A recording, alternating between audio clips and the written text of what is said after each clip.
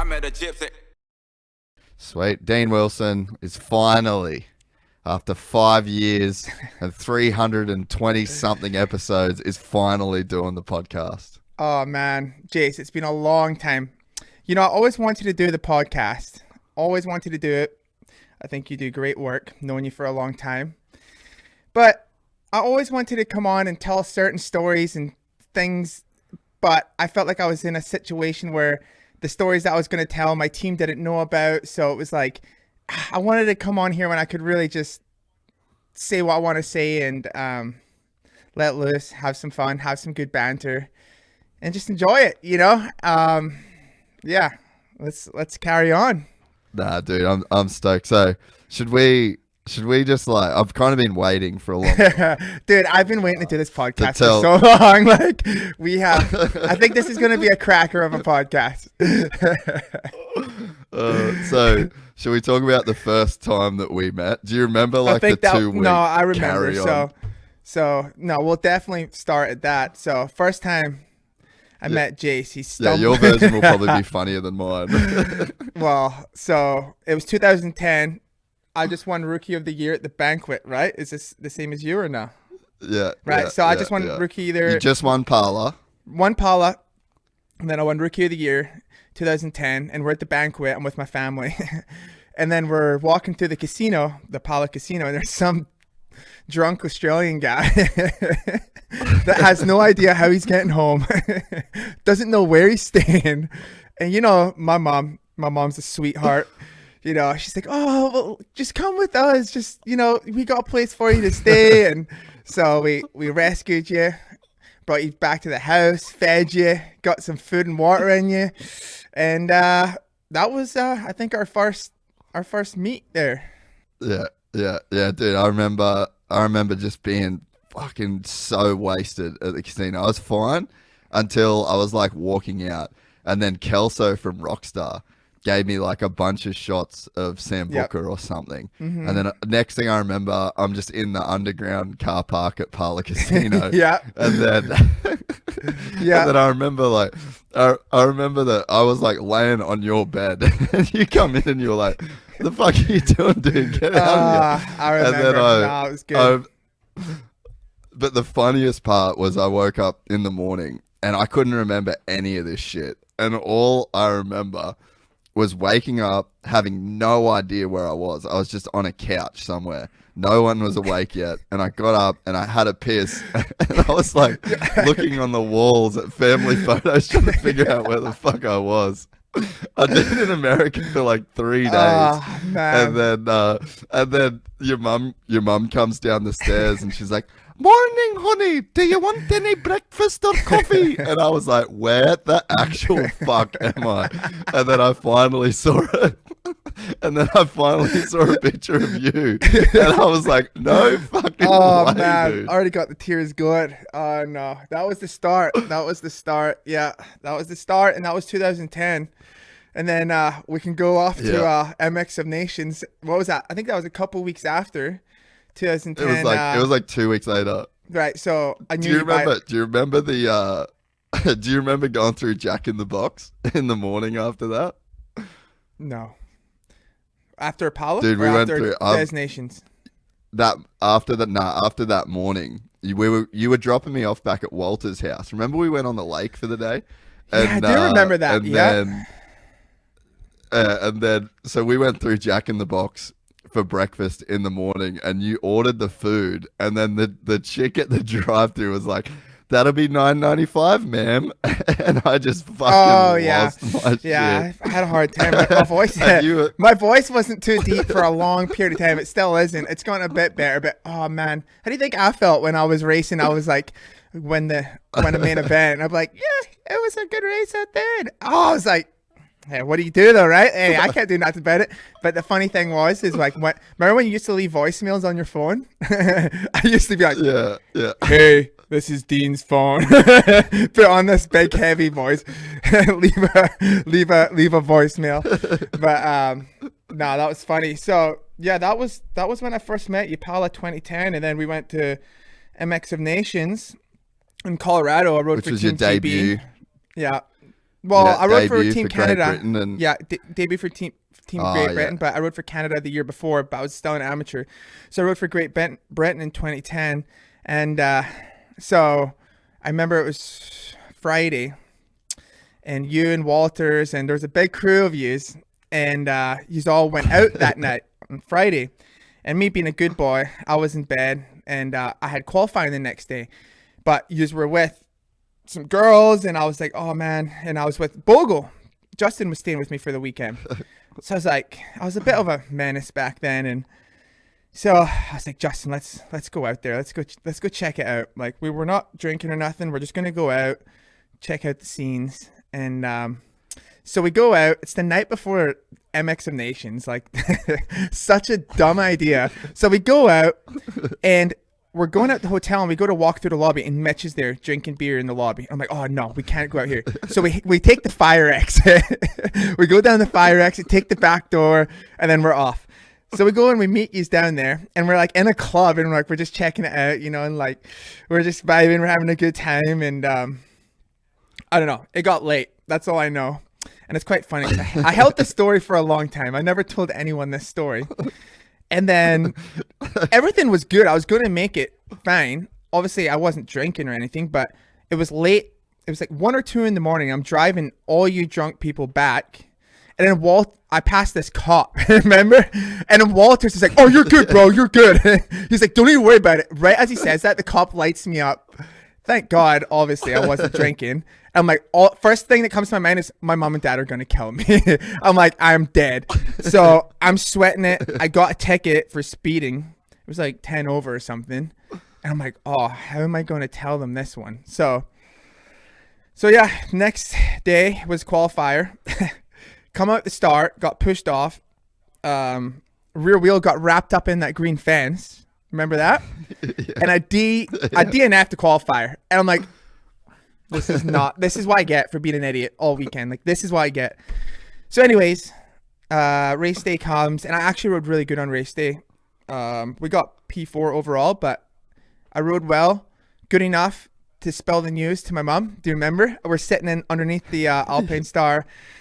We're eating, and then I'm like, I think I spiced the story a little bit. I was like, hey mom, so I got something to tell you. You definitely spiced the story. I was like, I got something to tell you. She's like, what's that? I was like, well, I was in bed.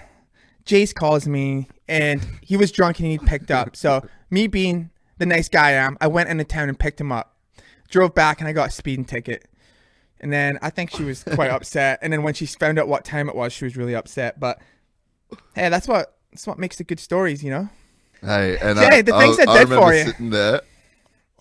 Oh, bro, I remember sitting there and hearing the story of like what went down, and what went down was Dean basically threw me in front of a semi truck and just watched me cartwheel down the road. And I was just like, yeah, I'm really sorry that I asked him to come and pick me up. And I was like, you motherfucker. Yeah. So like much. In 2 weeks, your parents first. And like the story is so believable because 2 weeks prior, your mum literally rescued me from sleeping in the parlor car park. So I just looked like the most Darrow piece of shit that was trying to lead you astray. And I just took it. I was like, all right, yeah, my bad. I'm sorry. Yeah, no, it was good. That was good. Yeah, that was good times. I had a lot of good times in my younger years for sure. A lot of funny stories. Yeah, dude. Nah, that was like one of the. Go ahead. Okay. I was just saying, like after that week. No, you go. Okay. No, I was just saying, like, I have so many funny stories. Like, I had such a good group of people around me when I was like rookie year to like the first 4 years were pretty. We just had a great time. I made the most of my my youth, and it was good. We were doing well. We were winning races. We're having fun, and it was good times for sure. And had a good group around me. It was fun. But when I look back at it, sorry, when I look back at it though, like, I'm glad I really made the most of it. Like I obviously worked my butt off riding and training, and that was never an issue for me. But I'm just glad that when I look back, like I really made the most of it, you know. So it was a fun ride for sure back in like the PC days and stuff. Definitely had a few talks with Mitch in his office, but it's all right. Mitch was cool because he was like kind of just like a father figure to me. Like the way he spoke to me was like how my dad would speak to me, you know, like pull your fucking head out your ass. Like, what are you doing? Like, and I liked that because it felt normal. And when Roger DeCoster would kind of be upset with me or talk to me, like he wouldn't say anything. And that was worse. That would like stress me out. And like, you know, I liked when Mitch would just like tell me how it was, right? And then pull your head out your ass type thing. And I liked that because that's how my dad was. And it, you know, yeah. So it was funny. Yeah, I mean, there was definitely, I mean, you were never like drinking too much and like, you know, carrying on in that sort of way. And I think that the scene was kind of like that in a way. Like, I feel like there was still, I remember going to after parties after Supercross, and like that, those first couple of years was so much fun. And then it sort of changed a bit. It felt like, because I remember like, dude, I remember crazy shit like Kenny in Oakland.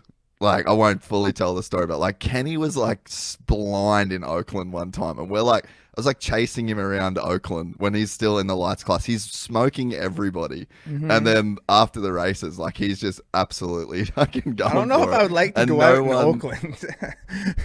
Bit sketchy over there. And that's what I was trying to, bro, that's what I'm like trying to get in his head. I'm like, bro, this ain't fucking Dusseldorf, all right? Like we need to respect where we are right now. Yeah. But I don't know. And even when I was talking to Tommy on the podcast, it was sort of, he had the same thing. Like, we had so much fun, but I think a lot of it was because social media wasn't around as much as what it is now. Like, it was a little bit different. People were still posting their alarm clock and sunrises. Like, there was no stories.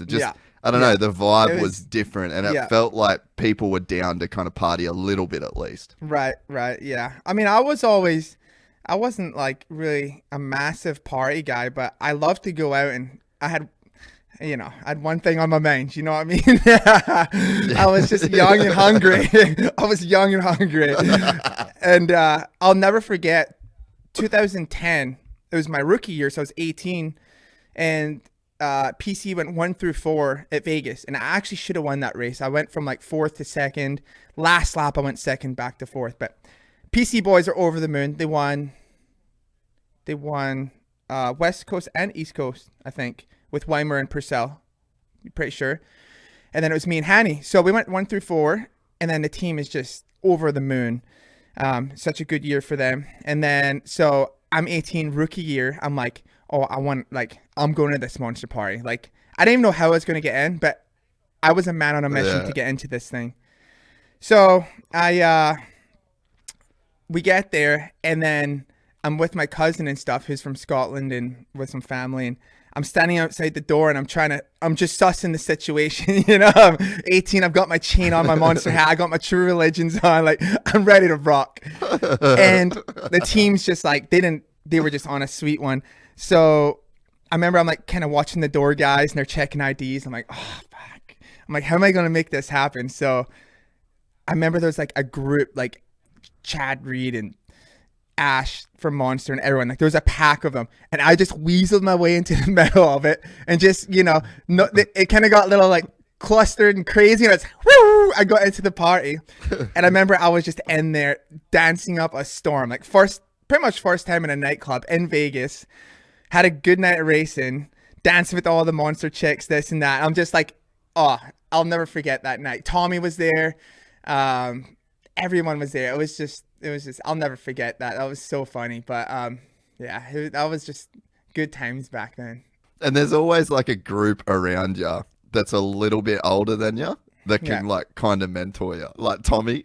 So you got like, you're young, got zero experience, but there's always a couple guys around you that can like get you up to speed. And quick. I was pretty innocent back then. So like, I went to the party. I literally had like 12 monsters. I didn't drink. I had Monster in like a cup, so it looked like I was drinking, but I was just like pounding monsters. And I'm losing my train of thought here. Oh, that's where I was going. I was pounding monsters the whole time, and they ripped the sleeves off my shirt, and I'm like sweating from the dance floor. Like I was dancing all night, and it was just funny. Like the whole like, if you've seen me, you'd be like, oh, he is on a sick one right now. But I was actually like, I woke up the next morning and drove home. But it was just like such a good time, and like that was the thing that was funny with Mitch. Like if you were doing your job, you're putting in the results. He didn't care what you did. As long as you put in the work, got that bike on the podium, he was happy. So it was good time. I remember. Yeah, well, I think that was kind of the. I remember Mitch always told me. He always told me, don't be doing none of this sneaking around shit with me. He says, if you're gonna have a beer with me. That's what he says, and I'll never forget that. It was funny. So no, I had a lot of good times with Mitch. Yeah, well, I think that's kind of the thing about Mitch is like he's a good old boy. Like Mitch, Troy Lee, like there's a bunch of those guys that are owning race teams in that world where like they know how to fuck. Like they've been there, they've done it all before. You know, like there's nothing that's new to them that they kind of haven't seen before. You know, and I think I think Mitch was always like kind of that guy where he got it because he sort of did it himself a bit. You know, right, yeah. No, he definitely, you know, like when I was an amateur and I got that PC ride, like I willingly walked into his office myself, and I remember sitting in his office and he's got this big gulp cup, and he sips it and he's listening to me talk, and I said, hey Mitch, like I just wanted to come in here and let you know I really want to ride for you, and I'm so nervous. Like I didn't not want to do this, but I knew this was something that needed to be done.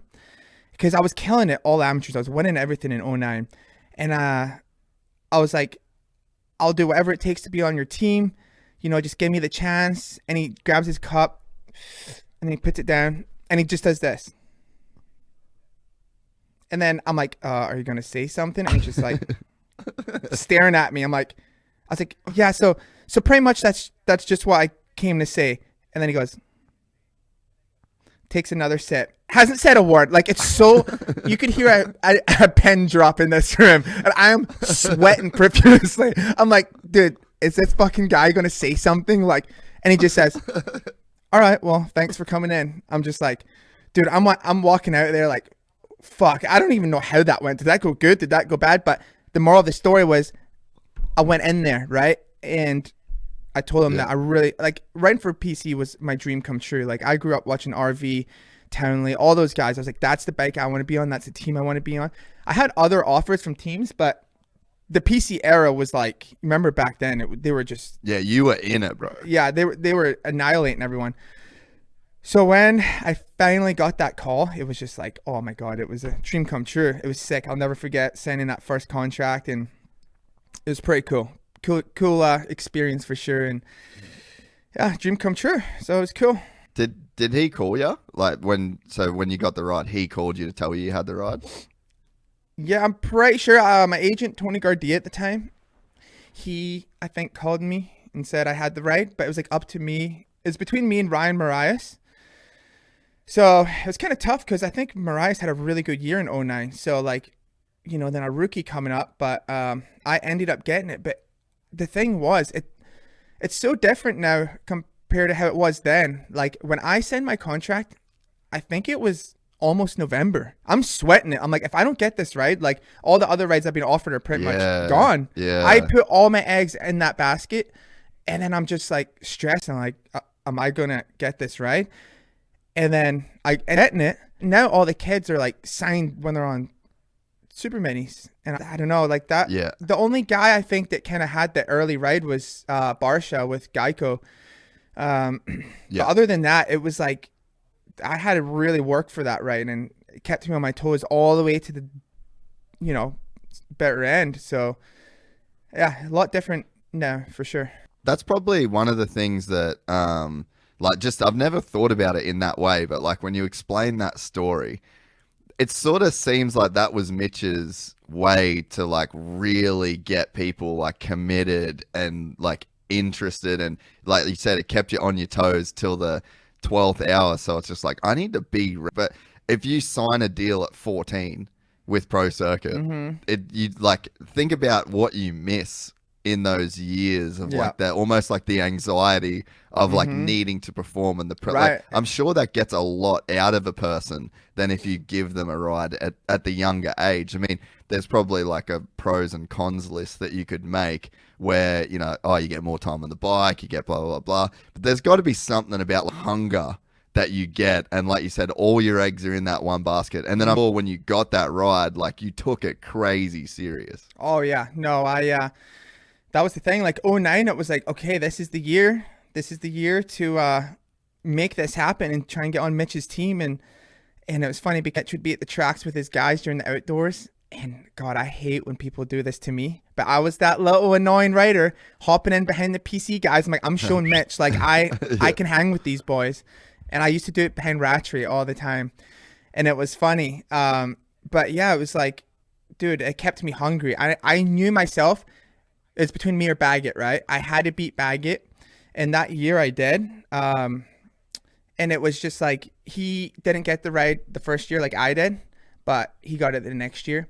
So it was gnarly, like, cause my whole journey to that time was insane. You know, I came from Scotland, moved to Canada when I was 9, and that wasn't for racing. That was for my dad's work and just a different way of living, because my dad ran a kitchen and cabinet business in Scotland. So my dad just was a worse, and he'd be gone before I would wake up, and then he'd be back late at night. So I'd never seen him.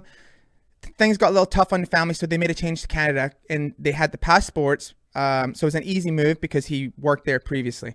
So we moved to Canada, and then, you know, I started riding, but I was riding in Scotland as well, but I was never that great. We never, the goal was never to be like pro. We just rode for fun, right?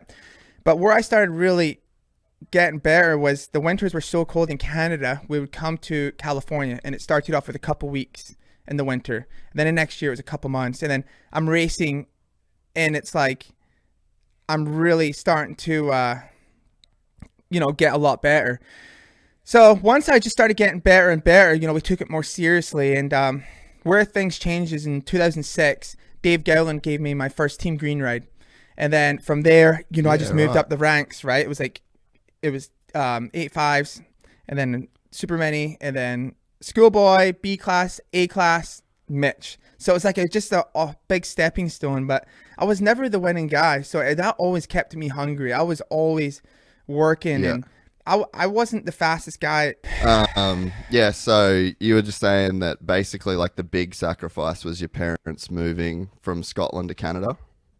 Yeah, the whole I mean, the big sacrifice was really from Canada to America, because when we moved to chase the dream, not knowing if it was going to work out or not, right? So it was a pretty big commitment, and thank God it worked out, and I got that PC contract. But it was definitely, you know, a roll of the dice, not knowing if it was going to work. So, you know, obviously that's something where I have a lot of respect for my parents to do that for me. And it's pretty cool. Do you remember the feeling that you had as a kid knowing that was the reason why your parents moved? I mean, I remember we moved when I got that Team Green ride. Dave Gowland was a massive help to me. When I was an amateur, Dave Gowland, obviously me being part Canadian, he was just like, had my back hard, and he was really high up at Kawasaki. So he helped me a lot. He really got me on track to where I am today. He gave me that bump start. He got me the Team Green ride, made sure I was looked after. But I remember when I was on 85s, I would literally blew so many of them up, and I'd always bring them to Cowie, and they're just like so sick of me. Like, I was so big on this thing, riding the wheels off it, and it was like they just kept blowing up. And I remember they were just like, dude, we're sick of this kid. But yeah, Dave Gowland was a massive help, and he was the one that pushed me to ride on Mitch's team. He was the one that said, you know, would go in and talk to Mitch for me, and I had a lot of good people in my corner to help me make that happen, but I was also putting in the results. But Dave Gowland's someone that really steered me in the right direction when I was younger. But do you remember, like, because I imagine that when you are a kid and like, you got an older sister and you got, like your mum and your dad, and like everyone's kind of moving for you. Like, did that ever like weigh on your mind as a kid? Because you're one of the guys that's like actually fairly fucking smart too, Right. in this whole game, So I feel like you're someone that is pretty connected to your emotions and what's actually kind of going on in that sense. Yeah, I mean, honestly, good thing that I didn't really look at it. I was young, so I didn't really look at it like my whole family is literally banking on me making it kind of thing. Like they weren't banking on it, but they gave me the opportunity to follow my dream. And it didn't really register to like, the part that didn't register to me was if it didn't work out. And I think that's good. I mean, it was working out for me. Like, I'm making this shit happen, right? And like, if anyone knows my dad didn't fuck around. Like, he told me the way it was. I got smacked in the helmet a few times. so like, it was, I'm glad I didn't know how much sacrifice my parents made, because that would put pressure on me, right? I always put pressure on myself to do well. And done well enough to make it happen. So if that didn't happen, I would for sure be probably swinging a hammer with my dad and doing what he did. And I'll tell you what, he's took me to the job site a few times and got a lot of respect for those construction boys. That's just some hard graft right there. You either make it racing or get a strong back to swing that hammer. Dude, I just love Andy so much. Shout out to your old boy. Yeah, so my dad used to take me to the job site when I was younger, right? And when we go to these houses, they were all just wooden frames and whatever. And my job was to sweep up the sawdust. So he just gave me a lot of jobs, and like I would sweep the sawdust up and do that for him, and then like, this is before phones and everything, right? So I'm at a job site. Like, think how boring this is for me. And he's like, my dad was a grafter. He worked his ass off. So I would sweep the sawdust, and then there'd be a box of tiles, and I had to unbox the tiles and lay them out for him, kind of prep work, right? And like, dude, lifting these tiles, they were so heavy, and like, dude, my back was so blown out, and it was like proper work. And I'm just thinking, like, honestly, in my head, I'm like, fuck this shit. I am not doing this for 11. I am going to ride the wheels off my bike so I don't have to do this, because fuck, I'm telling you, just all those boys that do roofing, build houses, whatever, you guys are the real men, but I definitely, it was good for me though, because after doing that, I'm like, fuck this. I'm not doing this. So my dad, he always took me though, and we would do it, like, I would help him, and then we'd go to the track afterwards and ride till dark. And so yeah, my dad, he would stay and work while I was an amateur, and then my mom would drive the big motorhome in the trailer. And when I say big motorhome, don't think we had a big fancy motorhome. We were driving this motorhome to the races. Fucking roof was blowing off. Not even kidding. I'm like 14. I look in the rearview mirror of the motorhome. Like, it was me, my mom, and my sister, and this roof is fucking like this. We had so many like stories. Had to go up on the roof, like on the I-40, duct taped every piece of the roof, managed to get it to the race, and then like the turbo going out in the motorhome, we're going fucking 20 miles an hour up a hill. My mom's stressing, the motorhome swapping. Like, it was so gnarly, the commitments they made. Like, and there's a lot of amateur families out there that are the same, but and my dad stayed to work, and then he would fly into the race. And my dad actually worked with Josh Grant's dad, Mike. They would work, finishing carpenters or whatever they did. So he would just fly into the race, and we would be all set up. And then, yeah, it was a grind. I'm telling you, it wasn't easy. So I think that builds that character though, that puts that chip on your shoulder. And it was, nothing was ever given to me. It was all earned. So I'm glad it was like that, because it made me like when I got that Mitch right, it was like, okay, I'm gonna do everything I can with this. So it was really cool. And I think that shit helped you later in your career too, when you kind of to fast forward a bit, like when you lost the Red Bull KTM ride, and then you just went privateer again. And it seems like that same spirit, like that same amateur spirit, and Yeah. your mum and dad coming together for you. Like, it's sort of, if you didn't have that spirit, that's probably game over. But then look at the crazy, like, you almost had another career after that. Yeah, really did. Just like, yeah, so was obviously got the factory KTM ride, which was like the best 450 ride at the time. Blew my knee out both years. So that was devastating. And I felt a lot of pressure on factory KTM. I don't know. That's when I first really started dealing with anxiety, and I didn't even know what anxiety was at the time. Yeah. I was just like, I felt pressure. I was unhappy. I blew my knee out both years. It was a rough couple years. You know, you got people like Roger and Ian who's hired you to do a job, and it was rough. So I didn't get rehired, and I remember being in Roger and Ian's office that day when they're pretty much letting me go, and it was rough. They had a sheet of paper, and it was like, you've done. I barely raced. I blew my knee out pretty early both years, and then it was rough. So they're like, here's your results. Here's how many races you did out of 29 races. You know, we're gonna go a different direction. And I remember I was trying to hold it back, and it was like I was at a low point. Tears started running down my face. I'm like, I get it. I understand. Thank you. So that was it. So I remember from there, my agent, Tony Gardia at the time, I went for a meeting with Keith McCarty at Yamaha because I said, I wanted to ride on the factory Yamaha team. You know, I was like, I don't even want a salary. Just Why? I was like, because there was a spot, there's like a spot open there. There's something somewhat available. And I remember going in for this meeting with Keith McCarty, and he's calling me down he doesn't even know my name. He's calling me down the whole time. And like, I'm not going to correct him, right? I'm just going along What with a it. dog. And then I remember him saying to me, fuck. he said, well, why don't you just be a test rider for us? And dude, I'm like 25 at the time.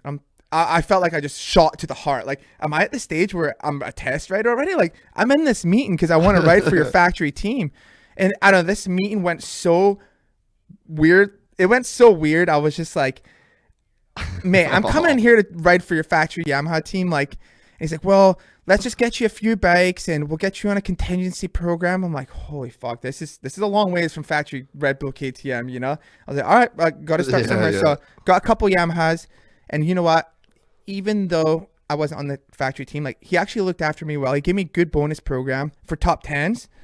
So I was on the Yamaha, and Mitch was looking after me at the time, and we had some really close friends helping. And so, yeah, but at that point, it was like I either could quit easily, just quit, forget it, start the next chapter in my life, or I could fight tooth and nail, which would be really hard, to try and get myself back up there. But I didn't quit because I felt like in myself, like I still had it in me. Like, I was willing to do the work. I was willing to get back to where I needed to be.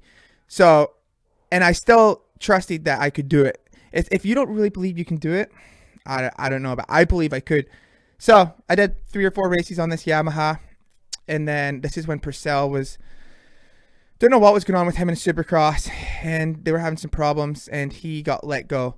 And I'm telling you, when Bobby Hewitt gave me this call, it was like the most gratifying feeling probably ever, because it was up there with the same with PC, but more of a reward. Like, I busted my fucking chops to get back on my feet again. And then I got this factory Husky ride, and it was for the full year. It wasn't like, here, just do a few races. It was for the full year. Yeah. And dude, I literally like was almost in tears. It was like, fuck, I'm back on a factory team again. And the thing that was so funny, this is one thing I've learned in the sport, is no matter how frustrated you are, it's such a small industry. You just got to sometimes just bite your tongue. Because after the factory KTM deal, I was very bitter. I was upset. I was pissed, but I bit my tongue and just did the work, right? And then, so when Bobby Hewitt called me to ride for the team, that has to get approved through Roger, Ian, and everyone. So essentially, they kind of rehired me again, you know? So that's where I was like, that was a lesson learned. Like, instead of going out there bad mouthing, blah blah blah, just shut up, do the work, and it comes back around. So, Roger Ian, put me on the Factory Husky team. I mean, a big part of it was Bobby Hewitt. And then, man, that was such a good year, 2017. I was racking top 10s, and I was just so happy. Like, I've never been in, I haven't been in that place in a long time where I was happy because I really had to earn this one. And I was getting top 5s in Supercross, going to outdoors. I'm crushing it. 2 top 4 overalls, first 2 races, get 2 podiums outdoors. I'm fucking back on the podium. I'm like, Yeah. Just like so emotionally, like, I'm like, I don't know. It fucking felt so good because I had to earn it. And then boom, re-signed for the following year, 2018. And I'll never forget 2017. It was just such a good year. Went to Martley Basin, podium to MX of Nations, went to OzX, won the first night, went to Paris, I might have won the first night there. Like, I was on such a good roll, and it was just so good. It was a really good feeling. I had to earn that one, so it was cool. Yeah, and I mean, I think they're the ones that, I guess, like, just to start with, like, having that belief in yourself, and that's kind of I think that's kind of like a special and underrated thing as well, is like sometimes, and I mean, this is especially in business, like for me, the podcast, I can relate to this because when you say that you're going to do a podcast, everyone's like, oh yeah, sick. Like everyone's doing that. You know what I mean? But then when you think, like, you see something and then it's like what you said, you just shut your mouth and then you just do it over and over. And then after a while, other people start to like kind of see your vision. And I think it's actually like a pretty rewarding place to be when you're the only one. I mean, you would have had Sarah and you would have had your parents that believed in the vision, but I don't know, there's something cool about being isolated in a certain belief and then just like grinding for it. And then, I mean, dude, I remember being just so fucking happy for you when you got that ride because, dude, Jeremy said something to me a few years ago that always stuck with me when it was actually between Chad and Cooper to get the Red Bull KTM ride. And then Chad obviously didn't get it. And Jeremy's like, man, regardless of if you're a Chad Reed fan, it's way harder to make a new Chad Reed than to keep the one that you've got. And I like felt the same with you in that sense, like not even on a personal level of like being a friend, but just for the sport. I was like, dude, this is the biggest loss to the sport right now. And, you know, I mean, even like filming, the boys were showing me clips of a Marvel this year. And it's like just the style that you've got and the flavor that you bring to the races. I was like, this is literally a tragedy if Dean Wilson does half a season on a privateer Yamaha and then we don't like see him anymore, you know? So yeah, I think like everyone won when Bobby Hewitt gave you that ride. No, I have so much respect for Bobby. Like, dude, Bobby would go to bat for us so hard. Cause he always believed in us.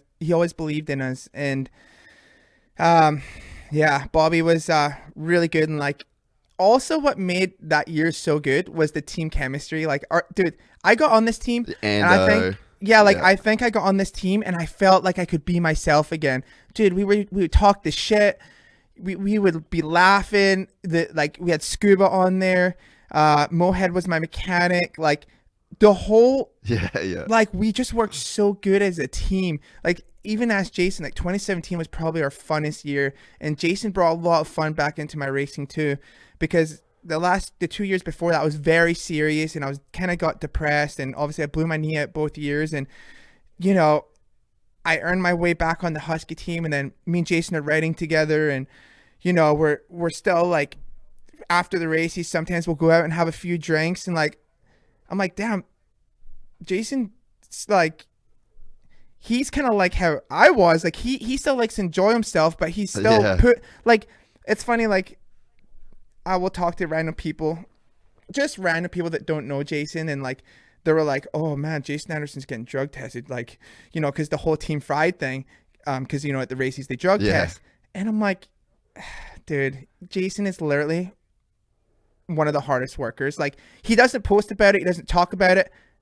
Dude, that dude puts in the work. Like, when it comes to riding, training, you know, he may not love the training part, but like I've seen him at the test track, and like some of the things he does, like, and I literally sound like a fanboy right now, and he's my competition and stuff, but I learned a lot riding with him. Like, he really does some things on the practice track that like a lot of people don't do, and he doesn't. I swear, if he raced all the time like he practiced, he'd be so dominant. Like, it's pretty phenomenal. Really? But what sort of stuff is he doing different at the track? Oh, he's just so efficient. He's so efficient. He's so efficient. I learned so much. Like so while you're doing a main event, your legs get pretty burnt out, right? Like, especially for me, because I'm tall. So when I go from standing to sitting, that's like a full squat, right? And think about it over the time. He's almost like a really fast, lazy rider. So he's really efficient. Like, his heart rate stays low, and I learned this from him. Like, he would come into if there's a whoop section right out of a corner, he would send it out of the corner, and then he would shift going into the whoops, but stay sitting down, and then like just float across the whoops, where I would come around and I would like kind of set up, and I'd be in a tall gear already. I'd already be in third or fourth, you know, like whoa. He'd be in second, rip the corner, seat bounce into the whoops, grab his gear, third, and then it's like the little details he does that people that race and know what's going on like can tell, but there's just these little details that Jason does. He's very efficient and like really good roll speed. Andy Corner is really good because he puts that ski out like never had a knee injury, but he puts that ski out and just leans the bike. I can't do that with my knees. So I've learned a lot from him. And that year 2017, like, dude, we had so much fun. We had a blast. We worked really hard and had a good time as well.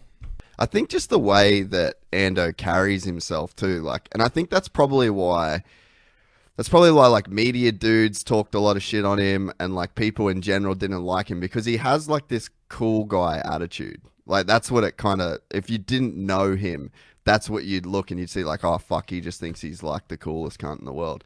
But it's sort of not what it is. Like, he knows himself. Like, he knows himself. He knows his program. He's got his friends. Like, he doesn't need other people. He doesn't need people's approval. Like, he fully runs his own shit. And I think that comes from like really knowing who he is. Mm-hmm. I think that rubs a lot of people the wrong way. But like, he's just got a way that he goes about his business. And that either clicks with a team or that doesn't click with a team. Mm-hmm. And I think that was kind of the beauty of Bobby Hewitt, is Bobby knew him for so long. And I think when you know somebody from when they were a young kid, you can see the influences and you can see why they are a certain way. So it was almost like they just let him be him. And then as soon as Bobby Hewitt's out of that program, you see a completely different guy, because it's obvious that there was like no understanding, and there was like a friction of like how he operates. And I'm assuming that they probably thought like, oh, this guy just fucking thinks he's, you know, got it all figured out. And like, because he's not showing the work, because he's not talking about it. Yeah. And then that friction happens, and then you just see a completely different dude on the track.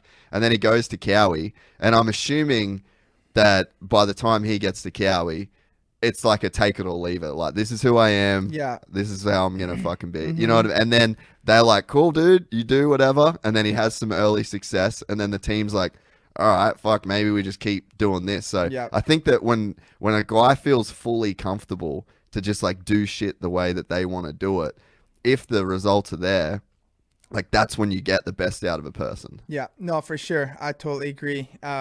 No, Jason definitely, he beats his own drum, you know, like, and Jason's just his own person. Like, there'll be times where I literally won't talk to Jason for a couple months at a time. And then I'll talk to him, but I just know that's how he is. And he can be an asshole to some of the media people, but that's just how he is. And I respect anyone that's just themselves, right? So, he's a good lad, and it's pretty cool that he's having a baby as well. So, we got some dads out there on the whole damn 450 class is almost like a dad army out there. So it's pretty cool. Yeah, we sort of segued, but I was gonna say before, you probably got a new respect for your parents since you had your baby as well. Like, I'm sure that there's just a whole like flood of emotion and like, I guess, like mental shit that you're going through. Like, holy fuck, like when you actually get your kid. I mean, like, you think now having a child, like the sacrifice that your parents made for you when you were a kid, you know? Oh no, for sure. It's pretty cool being a dad. I didn't know what to expect. Everyone's telling you like their input, like, oh, it's the best feeling ever, and it is really cool. Like, I just can't wait to go see the little guy. And I have a lot of respect for my parents, obviously, but like I have a lot of respect for these women as well. They like to put their bodies through that, and like that whole deal is gnarly. You know what I mean? And it's funny, just like I'm holding the baby, right? And like I'm still learning every day, and he'll be like breathing, and then like he won't breathe for like 20 seconds. I'm like, is he okay? And then he just starts breathing again. I'm like, fuck. So like really the first Tommy told me like, hey, the first year just keep him alive. I'm like, all right, hey, job done. So no, it's really cool. But like you're bringing a human into the earth, right? So it's like this little kid doesn't know anything, or it's pretty cool. It's really cool, and I really, really wanted a boy. Obviously I was fine with the girl, but like I had my eyes set. I was having this boy, right? And then when we had the boy, did you see the gender reveal? Oh, I probably did. Remind me what it was. Okay, so the correct term is to call them little people, but we had little people wrestling for the gender. And the girl, like, it's on YouTube. The girl had the boy pinned down and like had him in a lock, and Jay Dungy was our referee. And you know, we had like all our friends there, and he goes 1, 2, and then the boy like pops out. I'm like, oh, about to give me a heart attack. And then like vice versa happened. They had a couple rounds, and then the boy ended up winning. And I was just like, yes, like I was so stoked. But you know, it was cool. It was cool. That's so sick. Yeah, it was a good time. So I don't know, being a dad is like, it's cool just to like after riding go home and see him. And Sarah's like such a good mom. She does most of everything with them. Obviously, I mean, I do have some tits right now because of the off season, but they'll be gone soon. So I don't really got nothing for him to suck right now. You know what I mean? But no, it's cool just to go home, and in the morning she like lays him next to me in the bed, and I'm having my coffee with him. It's the coolest feeling. Dude, yeah, I mean, it's so sick. It's so cool to see. And I think you got lucky in a sense as well with like finding a real good chick early on in your life. Like, you guys have been together for a long time, and like she's a fucking cool person. So I mean, even, you know, like all the stuff that we've, you know, like we talked about even now, like she's had a pretty massive like role in that. And I imagine that, you know, all the ups and downs, like 2015, 2016, you know, like going through all that, having someone like her there as well must have been pretty cool to the whole deal. No, for sure. She's been my rock and kept me kept me on the straight and narrow. Pretty much she has 2 kids now, because she was, you know, I was the first baby, and now she's got the real baby. But she just like likes to make sure I'm dialed and take care of me, and honestly, like I don't even know where my career would be without Sarah, because anyone that knows me knows I love to have a good time. And you know, being from the UK, and you know, we like to have a good time. So who knows, I could have spiraled out of control easily and just been a party boy probably, you know. But she kept me on the straight and narrow. She's like the best. So I was very, very, very lucky to have her. And yeah, she's always just there to support me and love me. She's good. Are you gonna go full moto dad? Like, are you in that? Have you had those thoughts yet? Or? I don't know. Like that's a hard question, because I know what it takes to be successful, and it's all, you know, it's a lot of work, and it depends what kind of kid he is. Is he going to be a gritty little bastard, or is he going to be like little pussy? You know what I mean? Like, you don't know. Little bitch. Yeah. So I don't know. Like, of course, it'd be cool to have him ride and race and stuff. But it's also like, damn, the injuries are gnarly. It's scary. Like, Yeah. But that's just the risk you take right about. You know, you can't really think of it. I just know what I've went through, and I'm just like, oh man, I really hate to go through that same thing with him. But at the same time, maybe we'll just get him into some wrestling, you know, a little bit taekwondo, you know, get a little next Conor McGregor, you know what I mean? Pops is up in the stands, slamming some beers, watching him in the octagon. That would be cool as well.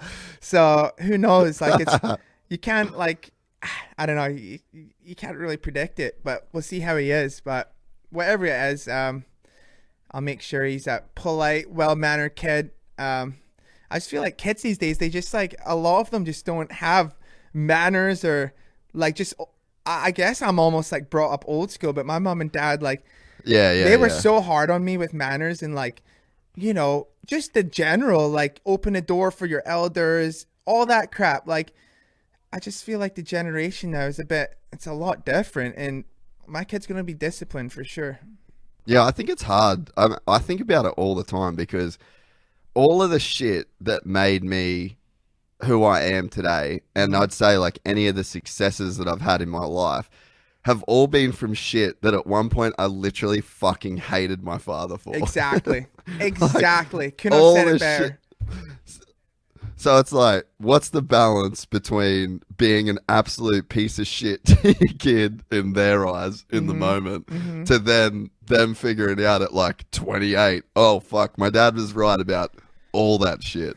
Yeah, no, my dad literally, man, all the stuff my dad says makes a lot more sense now. Like, I always even remember when he says, oh, wait till you get my age and whatever. And fuck, I'm telling you, like, I'm 30, almost 31, but I'm just like, fuck, my body's feeling like 52 right now. So, and just like, I don't know, just those old sayings that he used to always say, like, damn, he was right, you know? So it's funny. But when you're a kid, you're like, fuck what my dad has to say. But I would not be the man I am today without my dad. My dad was he was pretty hard on me. And so it made me tough. You know what I mean? Like, it's funny because I think I spoke to this about this to you before, but like, people always try to talk shit to me and whatever, right? Like, that's part of the deal, the trolls on Instagram and that, but they're forgetting I had Andy Wilson as a dad talking shit to me my whole life. So you better be coming at me with some good shit to really get under my skin. You know what I mean? So. Oh, dude, 100%. Like, we had all these just dumb fucking rules that we had to live by. Like, when we went fishing, because we used to go fishing heaps as a kid. And from when I was like 7 years old, the rule had to be that if you went on the boat, you had to drink a beer. Like, you couldn't be on the boat and fit. And I'm like a fucking 7-year-old kid. And by the end of this, like, I remember just getting off the boat every time. We'd been fishing all day, and this one beer's just been in the fucking sun the entire day. Cause like, I don't want to drink a beer as a 7-year-old kid. And it was all like, in the moment, you're just looking at him like, you're such an idiot. Like, what's this for, you know? But like, God. I look back on even those things, and I'm like, it's pretty cool, like the things that it teaches you, and it sort of brings you into, you know, like what's going on.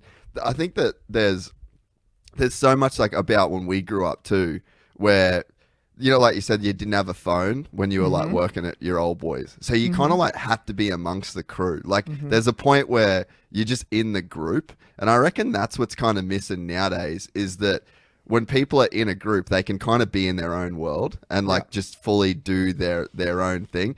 And like, I think about a lot of the ways that I grew up was just like, you were with your dad and his mates, and there was no phone, and you had to be a part of the conversation. You had to like be kind of in it. And yeah, I feel like nowadays, even just simple things like that's gone. Like, you can just exist in your own little own little world, you know? Oh yeah, it's so different now. Like, I remember when I would get in trouble and I get sent to my room, like, you ever seen those memes like with 90s kids, like, you know, the door stopper? I would just lay there and go doing doing for fucking hours. You know the thing that springs? I would do that for hours, just doing. That was my fucking entertainment. And now the kids are just, oh, I'm gonna grab my iPad, fucking play Mad Skills, or, you know, I had that door stopper doing for hours. So like, it's just different. And I remember I'd be at the job site with my dad, and like, I'd be so bored, like, after I did what I had to do. Like, I'll just be like walking on like pieces of plywood, like balancing and like doing like little shit like that. Like I was so bored. And like I'd maybe put it up tall and like some gymnastic shit. I was just so bored. So it was funny. Like it's just so different now, and it's funny. Yeah, it's just, but it's one of those things where like I'm sure, I don't know what it is. Maybe it's like a generational thing where like I feel like I wouldn't want to watch my kids suffer. But I feel like my dad did a lot of making me suffer and then watching me suffer.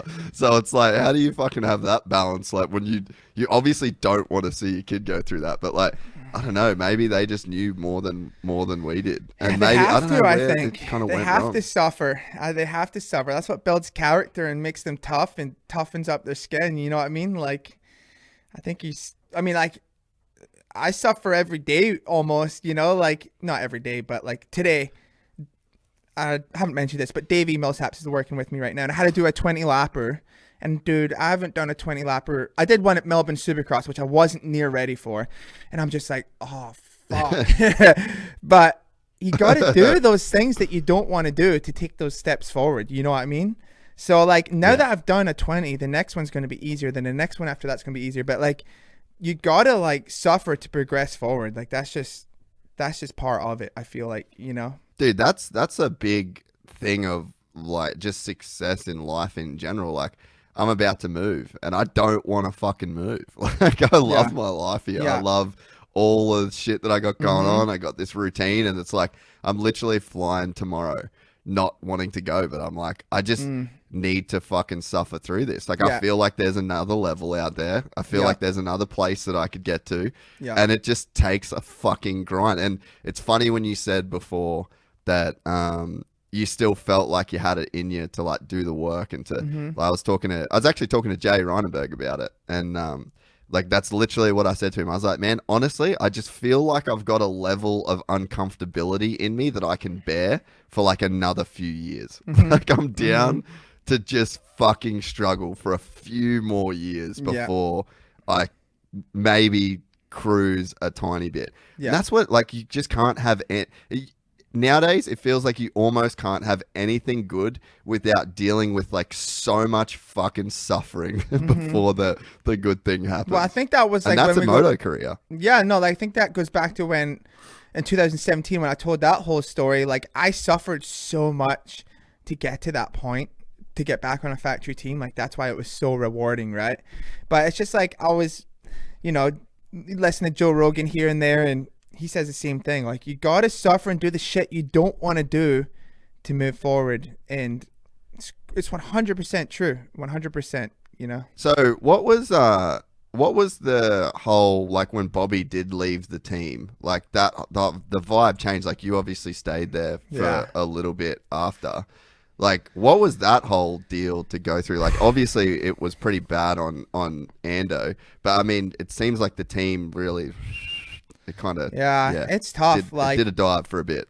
So this whole thing is tough. Like this talking, the cooperation side of things makes things so tough. Like I wish I could just go full explicit on that whole deal. But at the same time, Roger and Ian have helped me out so much in my career too. They've been there for me. Yeah. But Bobby was really the backbone. Bobby really stood up for his riders and sometimes would disagree what they had to say. And it's not my place to talk because I don't want to ruffle feathers. And I just feel like it's so easy to ruffle feathers. And that's what sucks. Like in the sport, fair. Like all these riders always have to hold their tongues and stuff, which I get it because you want to keep your job. But I feel like a big part of that was when Jason left Baker's factory, and that really pissed off all the other, you know, Roger and Ian, all them. I think that in Austria, like they were not happy about that. And then I think I don't know the full story, so I don't want to talk out of context. But I think Bobby. Yeah, no, that's fair. That's fair. I think Bobby had Jason's back, and they didn't like that. And then the whole deal just got weird. And the team was definitely different without Bobby. Like me and Jason love to fuck with Bobby so much. Listen to this. He was having this meeting, right? And he was having this meeting in the lounge. So I put one of the little sound system things. What do you call them? Little boombox. Oh, things. like a Bluetooth speaker. Little Bluetooth Yeah, speaker, yeah. and I hit it, right? So he's having this meeting with some sponsors, and me and Jason are up on the lounge getting changed. And then I just start playing porn as loud as I can in the middle of this meeting. He's all, who the fuck's playing that? And it's just, me and Jason are crying, hysterical. Like, it wasn't a serious meeting, but like, I think it was like, and it was just like, yeah, daddy. And we were fucking crying.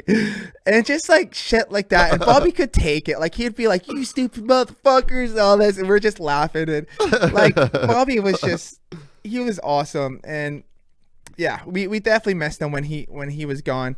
But then Scuba took his, I think Scuba ended up really replacing him.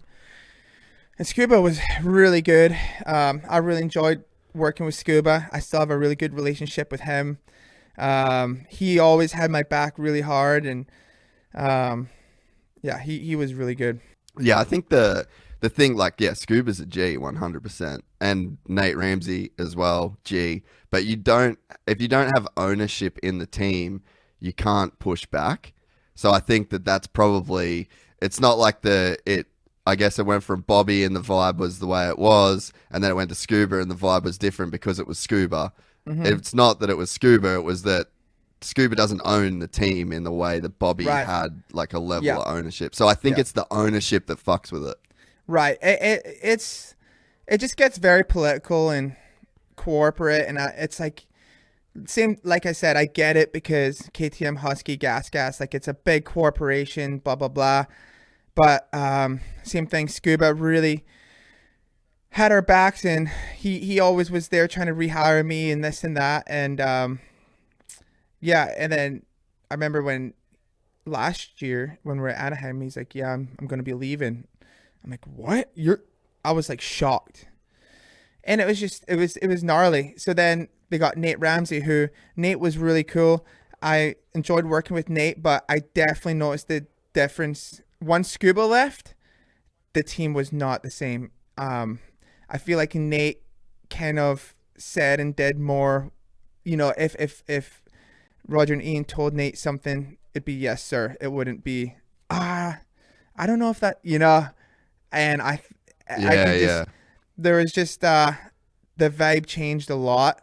And I think Nate did a great job, but you could tell that, like, I just feel like he kind of did what he was told. Yeah. What do you think about the whole Baker's Factory marriage to the KTM group now? Because like, even not to speak on too many people's whatevers, but big rift was caused when Ando didn't want to be there. Cooper Webb went through the exact same thing, and it's just like, there's been some legitimate superstars in the sport, like champions of the sport, that are like basically held hostage to a farm in Florida. And like, full disclosure, I love Alden. Like, of all the times, like, I don't have a bad word to say about him as a person. So it's not in any way that. But if you look, like, when you zoom out and you see that like one farm in Florida has caused so much like drama within the series, and it's always like these champions of the sport. It's not like fucking bums that are saying they don't want to go somewhere, you know what I mean? It's like legitimately the top dogs in the sport. Like, does it like blow your mind in a sense, like how much shit has like been caused around people like either being there or not being there? Yeah, it's that subject gets real touchy, you know, because I was there when Jason left Alden, and how much of a shitstorm that caused. Like, he literally, I think he almost got fired, and obviously Bobby, whatever happened with that, pretty much got fired. Yeah. So when I heard Cooper was leaving, I was like, I seen this ain't gonna be good. This ain't good. Yeah. And, you know, and it didn't last long. He ended up being back, but Alden's always been really good to me. I've been there for the past few years. Had Brownie I worked with, who I love to work with, and Brownie's such a good guy, and I enjoyed it being there. But so it gets touchy, right? Because so KTM Husky, not gas, but KTM Husky, they hire Alden to be the main trainer, right?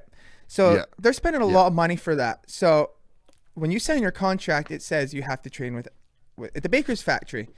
So I think just they get frustrated when someone wants to leave, you know, and try something different, because I think for one, they've seen other riders do that and it didn't pan out that well, for one. But two, I think, you know, it's, as a rider, you're always kind of, the Baker program is very repetitive. It's a lot of the same stuff every week. Like I could do, I know exactly what the program is like, and it just, sometimes you want something fresh, you know, you want something to excite you and something fresh. And I just think that that's what Jason might have wanted. That's what Cooper might have wanted. And, but the brand pay for Alden, for you to be under Alden's wing. And that's where they keep the bikes. They know the bikes are safe. You know, they know they're going to be in shape. They know they're doing the work. Like every single lap time gets written down at Alden's. So they really can monitor you completely on what you're doing. Like they can see what you did on Monday. They can pull up your heart rates from your gym, from your cycle in the morning, from your whatever. They can see everything you're doing. So I think they like knowing that, okay, he's not out fucking around. Like he's putting in the work. But sometimes just because you're putting in the work doesn't mean the results are going to come. Sometimes you need to try different stuff. But Alden's been really good to me. I enjoyed it there. But, you know, I definitely, it was very repetitive. Yeah. Yeah. And I mean, it's the same. It's not there's nothing from me that's like in any way negative to Alden. Like the dude's a G. And as far as like banter goes, like he's a guy that can talk shit. Like he's a fun, like at least in my capacity, like he was a very fun person to hang out with. But I mean, it's crazy when you think about like the arc of the sport. You go from like Jeremy McGrath to Jeff Emig, and then you go Ricky Carmichael, and then Ricky Carmichael, Alden Baker, and then it's just Alden Baker. Like the whole sport from when he first started working with Ricky, like so many like top tier decisions, massive decisions of teams and riders and guys getting fired. It all stems off like either fitting in there or not fitting in there. And you just wonder, like, is that the best way for the sport to go to where a rider, like a top tier rider, is just, you could literally have Roger log in from California and check a rider's lap time every like, is that even like, is that where we want to be? Is that like the best place to be? Do we need to like error correct for this now and give guys like a bit more autonomy to like, because it's like, it's your career. You know what I mean? It's like, it's there's arguments on both sides, really. Yeah, there is, for sure. And sometimes just people want something different, you know. When I was really successful, I always like to write a lot and really work on my writing and work on my, you know, my faults and try to correct them. And that's how I would get better, because I had to work really hard on my technique to go fast. And that's what worked for me. So I feel like at Alden's, you would do your motos and then you're done. There's no, like, when I just go back to PC days. Like, we would ride till dark. And at the end of the day, you're trying to go the fast as you can on your motorcycle, but you also want to be strong and be able to whatever. But PC days, it was like, dude, we would test and ride, try and get the bike better, and just grind all the time and try different stuff. And when I was at Baker's, it was like, if I was struggling with something, I didn't really get to work on that specific thing. And that's where, like, I felt a little bit bad for Jalik last year, because he was really struggling in the whoops. And I would try and help him a bit, but Alden really wanted him to get his motos in, which is understandable. But the whoops were killing him. Like, he could hit the corners so fast, could do the rhythms, but the whoops, he's losing like a second or two in the whoops. And I just, Brownie and myself would try and help him, but he almost needed like screw motos off and just do 2 weeks of whoops or something like that, right? But I don't know, just little things like that. But nothing but respect for those guys. Like, everyone has their own program, and that's just how the program runs. You go to Baker's factory. Like, when I went there, I did as I was told, and that was it. I never argued. I knew that was the program. Obviously, I'm an older guy now, so it was tough work, especially in the summers. Like, it was, dude, like, I wouldn't be fat, but I'd be coming back from injury like this year, you know, coming back in some of the gnarliest motos, like in the heat. And then Alden's just a tough bastard. Like, and same as Brownie. Brownie's a complete savage. So there's just the days where your body has nothing left in it. You've done all your motos and stuff like that. And then, you know, you got to go to the gym, and then Brownie will put you through the ringer in the gym, like some gnarly. I don't know. I always struggled with gym. It was hard for me. So it was just, and then I remember times where I would be like extremely sick, or you literally need to have a broken arm to not ride at Alden's. He will make you ride no matter what. So literally it will make you fucking tough. I'll give you that. Like there's no excuses there. Like he's no bullshit for sure. Yeah, I wonder whether there's like a diminishing returns of doing a moto when you're like that fucking cooked. But I know that there's times where I train and I'm like scared to do the next roll because like I just feel like I could get fucked up by a kid. Like I'm that tired, and you've just got nothing left. But I feel like there's times where like they can be some of your best like roles in a sense where you've just got nothing, but you just figure out how to make something happen. You're elevating yourself. And it's like do you feel like that's a kind of a real thing? Like, and that's sort of, is there like utility in doing training when you're that fucked, or is there a point where you just need to rest? I think both. I think sometimes, I mean, you want to take yourself to that next level, and that's what you do in the off season. You train in the off season's boot camp. You there's no excuses. You do the work, right? But it's during the week and throughout the season when you're starting to really feel it and you're starting to feel cooked. The program doesn't really slow down. So that's where it gets really tough. And then you don't want to be the whiny or the guy complaining. Yeah. Like, hey, like I'm feeling pretty tired and cooked today. Like, should we back her down a notch? Or, you know, you don't want to be that guy. So you keep going. Then you kind of dig yourself into a hole. So, I don't know. Alden's got his own philosophy. Everyone's got their own philosophy. And, hey, I'm very grateful for my time there. Yeah.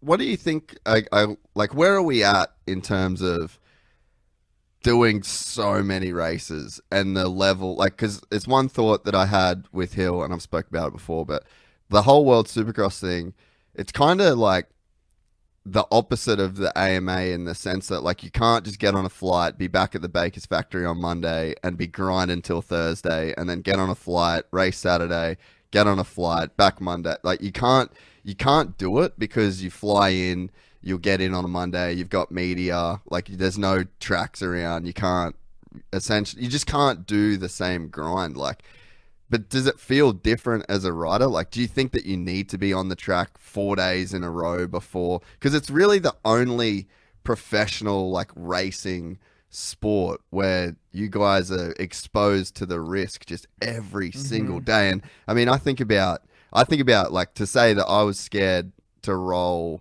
when I'm, like, that tired, it's, like, literally there's zero fucking consequences. Like, I might tweak my knee or what, you know, like, zero consequences compared to 100 degrees in Florida, rough as fuck sand track, completely like the risk just goes up to just an insane level. Yeah. So it's like, are we at, and then people want to comment and be like, oh, you got the fucking dream job, blah, blah, blah. It's like, all right, whoa. There's probably a point where we need to be semi-sensible about these guys' fucking health because this doesn't seem like the smartest move. And I don't want to come across as like a negative or like I'm always trying to find like holes in the sport and complain about what's wrong. But there's like, I feel like there's a few things that I'm willing to kind of go in on and look like a bit of a dickhead if like it gets people thinking about like the bigger picture of the sport and like your career in a sense, you know? Yeah. No, that's the thing. Like, people that are in the industry that go to the races and they know what's going on, they understand that factor. But some of the casual fans that, like, dude, like, the sport's so dangerous as is. And then throughout the week, you're riding 2 or 3 times a week, racing on the weekend. Like, you're right. That is so much risk, So that's where, like, as I get older, like, I don't need to be riding 3 days a week anymore. Obviously right now I'm riding 4 days a week. It's off season. But when it comes race time, like, that's where, like, MotoGP, like, they don't even ride during the week. They ride dirt bikes during the week and then they race, So For fun, yeah. Yeah, for fun. And, like, it's just that's where me as a racer, I have so much respect for all these guys because I know what it takes. I know how dangerous it is. I know how much you got to be in shape. There's so much that goes into it. And, like, we bust our ass during the week. Then we're flying Friday. We race Saturday. We get to bed at 12 or 1 after the race. 6 a.m. flight Sunday morning. Get home. Finally lay down in bed. Chill for a bit. And even, like, on Sundays, Alden would still make us do, like, a 25 or 30-minute spin. So you're, like, completely fucking tired. You do that. Monday comes around. Back on the track. And it's gnarly. So I have a lot of respect for all these guys because I know what it takes, and it's a fucking grind. So I just wish, like, some of the casual fans could really understand that, Where do you think, like, what would be ideal, do you think? Like, have you ever thought about ways to make it, like, better in that sense? Because it makes sense, like, if you logically follow the steps of how it went, and, like, Ricky changed everything, and then once everyone knew what they were doing, then everyone started doing it, and then there's, like, that's the nature of competition. But I mean, you look at, like, Formula One, that's why you just can't test a Formula One car, because then you get the team with the most money that would make the best car, and it sort of happens as it is anyway. Right. But it's like they've put some rules around it. But dude, Supercross, you can't do that shit because anyone can just go out in Florida, buy a block of land, make a Supercross track, and you just fucking grind it out, and then you go to A1 and you win. Yeah. So have you ever thought about, like, is there any ways that you can make it better? As in slowing it down a little bit? Do you mean like that? Yeah, like, just to take that risk out of it, and I guess, yeah, like, slow down. But I mean, you're probably just not going to be able to stop dudes from going that. No, like, there's always going to be the I don't guy see that that ever wants to happening. go.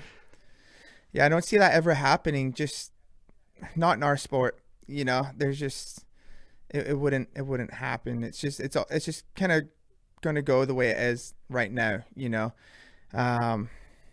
Because riding and training during the week is, like, such a big important part for the race as well. Like, you could be having a shit season and you're, like, working your ass off in the middle of the rounds trying to just gain that little extra to try and get better results.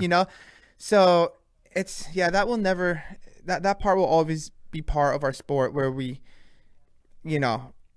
ride that much during the week and whatever, and it's I don't think that part will change.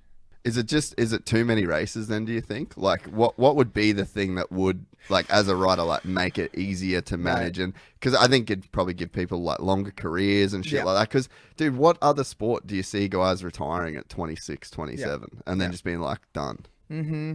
I know exactly what you mean. I don't know. I mean, I think we just need more of an off season, but, we don't really, we have a small off season, but during that off season, we're in boot camp training. So there's so many races, right? You got 17 Supercrossies or 18, and then you got 12 outdoors, and then you got the World Supercross, Paris Supercross. Now we got this Super Motocross.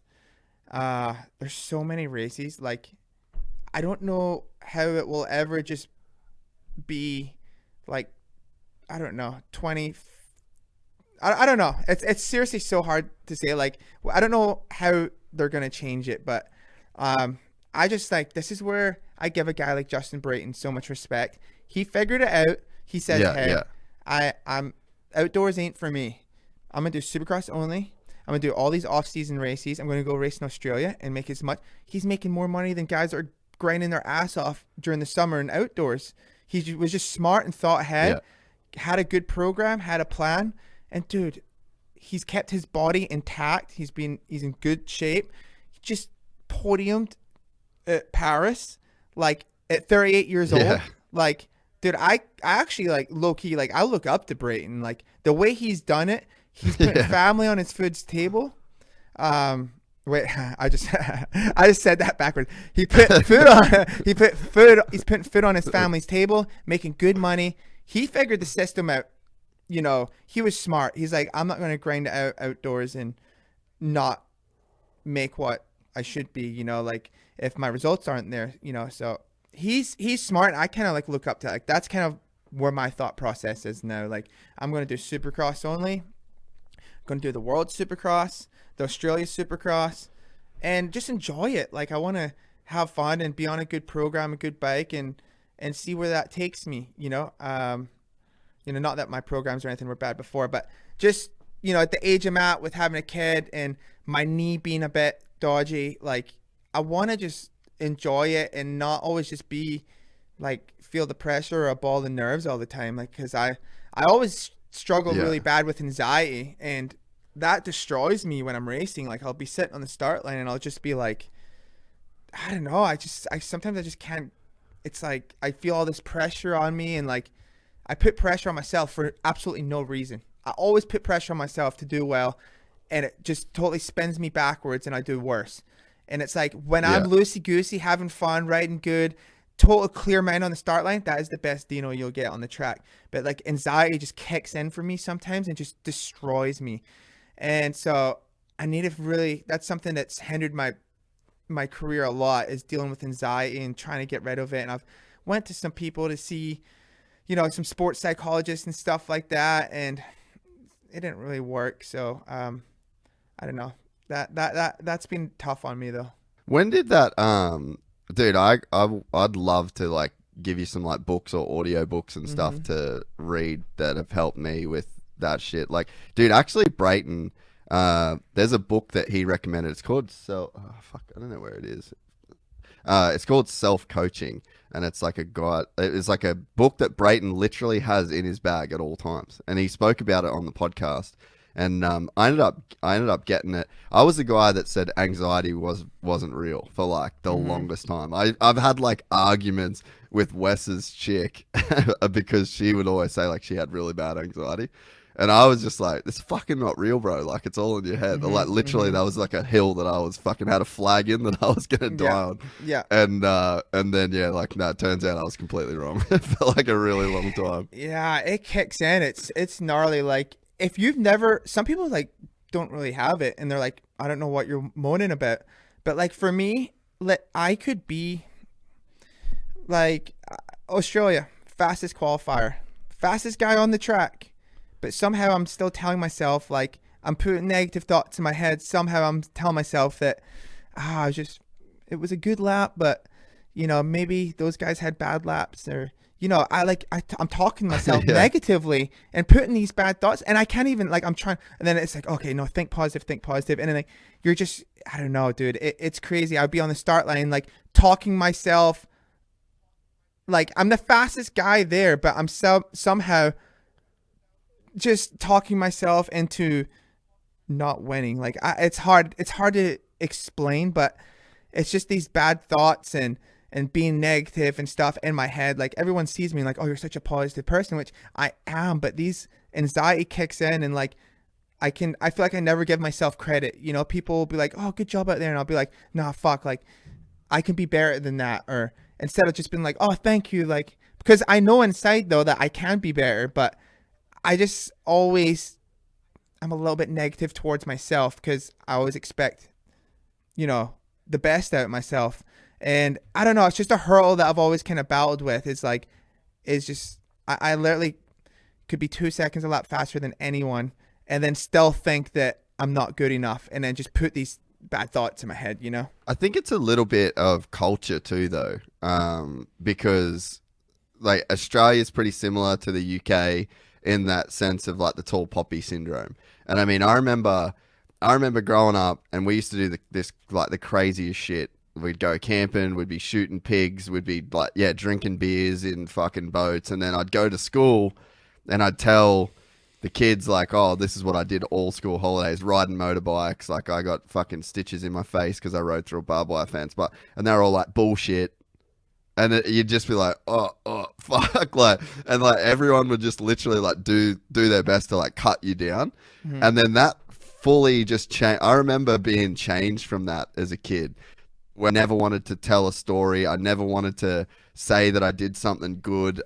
Like you kind of start talking bad on yourself. Mm-hmm. And I feel like there's some sort of culture where it's like, it's banter, mm-hmm. but there's also a bit of truth to it. And I think sometimes in the way that we grew up, like our culture and our age, there was a little bit of that, like you could never be too good, or you could never say you did something good. And right. I think that it's like, it's good in a sense, yeah. But there's a point where like it starts to influence your own story. And even nowadays, like I try and be real careful around people of like talking shit on them, even though it's like the most fun thing to do, like with your boys. Yeah. But I feel like there's some stuff you have to be like kind of careful of, because it can influence like the story. And then like even like Ricardo, I noticed with him, like he's the guy that's got everything. He's like Formula One driver, and he's like good looking dude, and he's like, you know, he's a superstar, and mm-hmm. you give him a compliment and he almost straight away, it's like he feels like he's got too much already or something.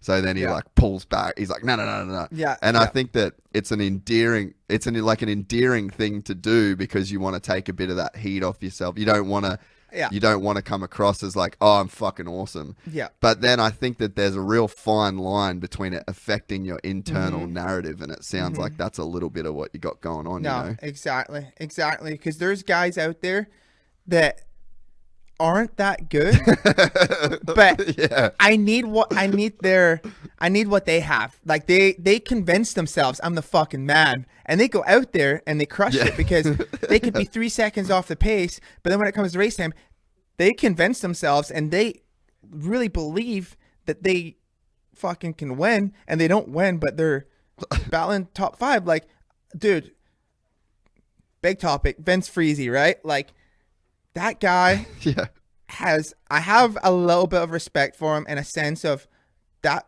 guy. I never thought he was that good riding a bike, right? I just felt like he had so much heart and so much want and so much will.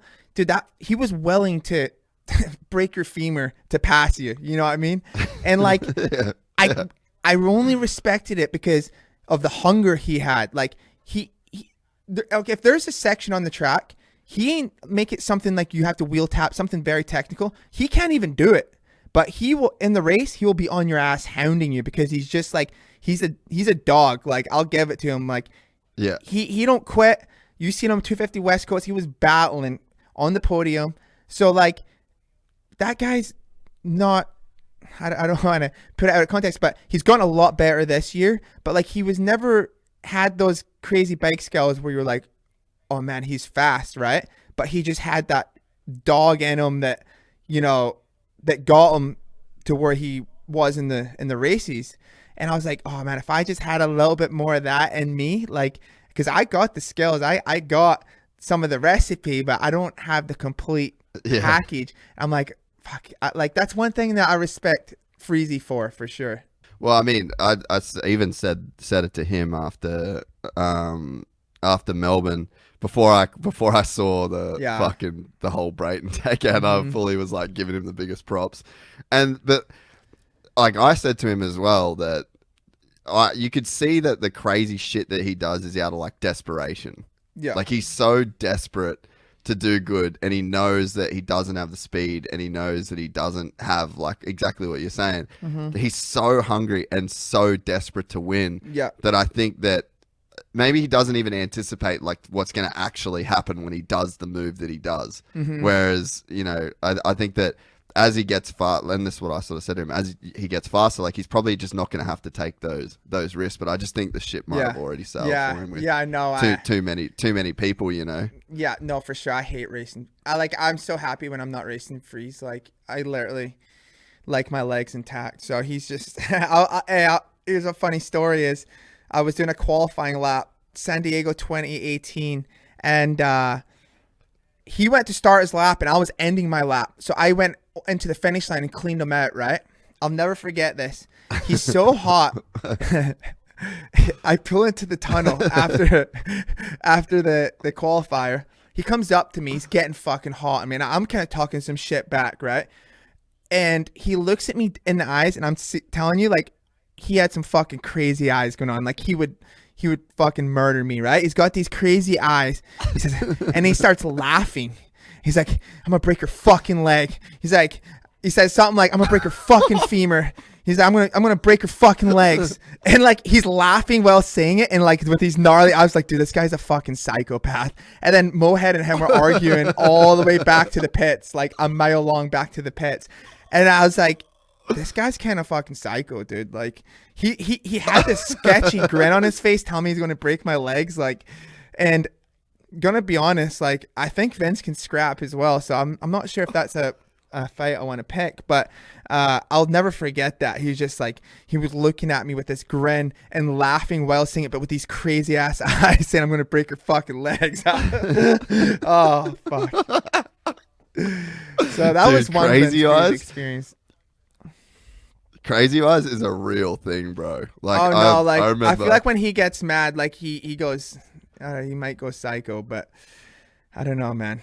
Yeah, no, my friend had a chick, and it was like the first time he introduced me to her, and I remember being like shook. Like, I felt like I had like a feeling. I was like, she's fucking crazy. Like, just literally from seeing her eyes, bro. And then like, you fast forward a little bit, there's like, she's on suicide watch, and she's like trying to stab him, and like, dude, God, literally just like meeting her instantly. I was just, you just see the soul. I was like, oh yeah, ooh, it's dark in there, bro.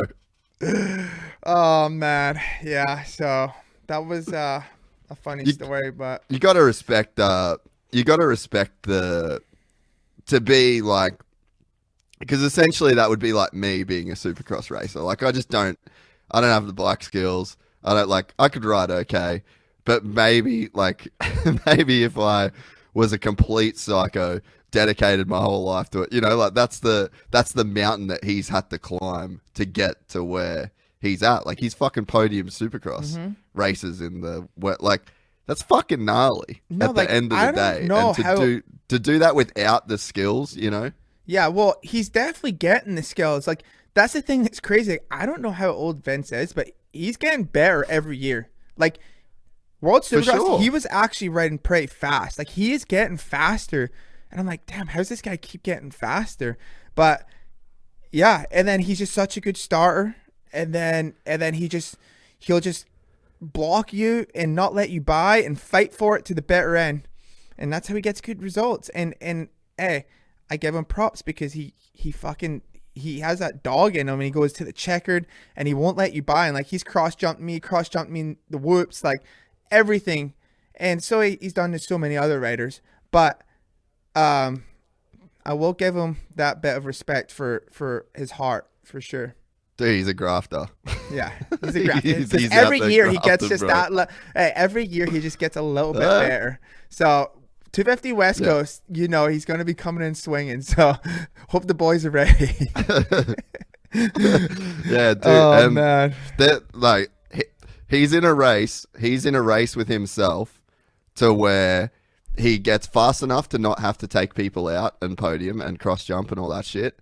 So it's either that happens or literally the entire world just gives up on him. But it seems like Mike, like, he'll always have a ride. Like, after the Brayton stuff in World Supercross, like, if you can have guys coming out saying that, like, oh, he offered me $2,000 to take him out, and it was the same team, and you still get a job, like, chances are, like, he's still going to be on the track for a little while, and he's still going to get better. Maybe there's a point where he doesn't have to take people out. Yeah, no, Genova and Tony, like, dude, that's like their son. He ain't ever leaving that team. Like, so I raced that, and then I didn't know what was going on. It was actually kind of funny because Vince was behind me in the last main, and his mechanic his mechanic's pit board said World Supercross champ. And I was like, holy fuck, Freeze just won the World Supercross. But then I'm like, can I come to the podium? And then like, can he celebrate? I'm like, what the fuck's going on right now? And then I wanted to get changed and get out of there because I didn't have a great weekend. And then I hear everything that had happened. I had no idea, like, of anything that went on. And dude, for Brayton to get that fired up, I was like, fuck, let me check this out. So I watched the start, and then I'm like, oh, that was a bit cheeky. He could have kept turning. He straightened up and just cleaned them. And then yeah, I mean, all the drama afterwards and what he said to, I think, Grant Harlan on the start line, that he'll give him money. Yeah, that's out of order for sure. There's no need for that. And for Brayton to be that mad, he's done something wrong for sure. So that wasn't cool. Yeah, no, that was a hectic deal. When you talked about the, but hey, he keeps it entertaining. Like, hey, he keeps it entertaining. Like, if I was a fan, I'd be like, is Vince Freezy coming or not? Hey, there's two guys I want on the track, Vince Freeze and Barsha. Are they coming or not? If not, I'm not even showing up. yeah. And hey, you know what? You're fucking right. Like, we kind of, there's guys like there's guys in the UFC like fucking fuck. Why am I spacing on his name? Mike Perry. You know Mike Perry, UFC. Like, he's just a fucking psychopath. Mm-hmm. Like, I couldn't call myself, like, a fan of his in the way that I'd be, like, a fan of Adesanya. Mm-hmm. But it's like, I want to watch him fight because he is fucking crazy. And Diego Sanchez was like back in the day, where you were just like, this crazy motherfucker is about to do some, like, next level shit that I just need to be here for. Yeah. That's just character, though, isn't it? That's why I wish we had more characters in our sport. Like, you know, I feel like everyone's so scared to just be themselves in front of the media and the camera. Like, they're just kind of a lot of squares in our sport, and not like there's nothing wrong with that, but like, dude, like, show your character, show your personality. If that's who you really are. Yeah. If you really are a square, like Dunge, square, great fucking guy, super nice guy, square. Be that guy then. Yeah. But then it's like, if you're not that guy, but then you act like that guy, that's probably the disconnect you're talking about. That's what I'm talking about. Like, when you're not, like, everyone's just, it's so corporate now.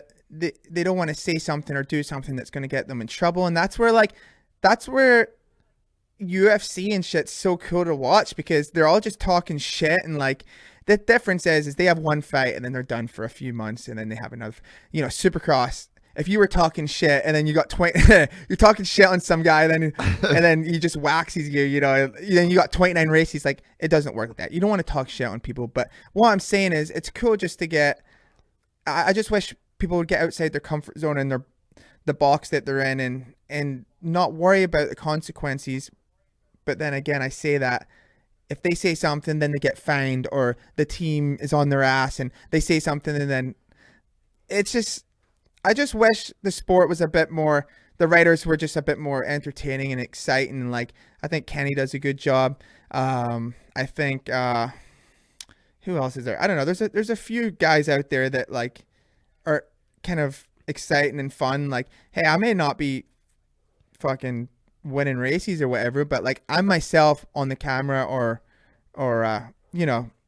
off the camera, I'm the same person. And I just think that's the little bit we're lacking in our sport, is a bit of personality, Yeah, dude. I think that this show is showing that people kind of want to see a bit more of that. Like, people don't give a fuck that you're swearing in an interview on a pod, like, big, what's that? Nothing's happened, Like, I think that we're like craving that shit in a sense, and like, just for people to be able to like be themselves without being criticized or pulled apart. But I think that even it comes down to at the track, like, they did the super poles at Melbourne, then you fucked that up too, by the way. You were on an absolute heater. Like, are you serious, bro? God. One turn. Fuck. I know.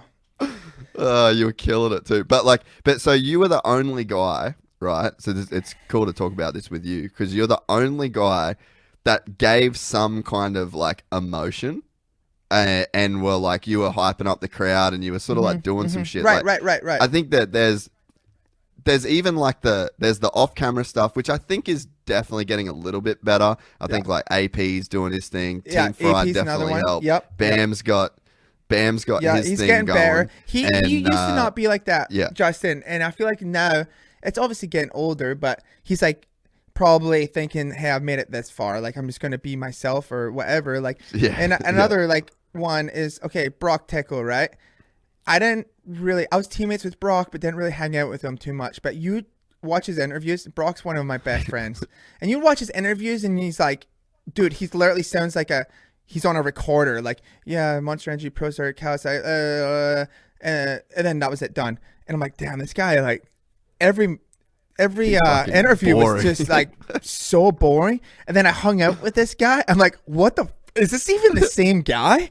And I was like, Brock, like, if you fucking showed like a bit of personality in that, like, now you got your merch. I mean, obviously he's not racing now, but like, now you got your merch, and if you're not the fastest guy, why not at least, like, you know, look at how good Alex Reed does with his merch and stuff like that, and just promote yourself. And that's how, like, you get invited to these off-season races and stuff, because at the end of the day, they want to sell tickets to sell seats, right? Like, so they want, you know, to come watch someone that they like and enjoy watching or whatever. So I don't know. I just think a lot of people, and that's one thing I've always been pretty good at, is I've always been good at saying what I want and not giving a fuck what anyone else thinks, right?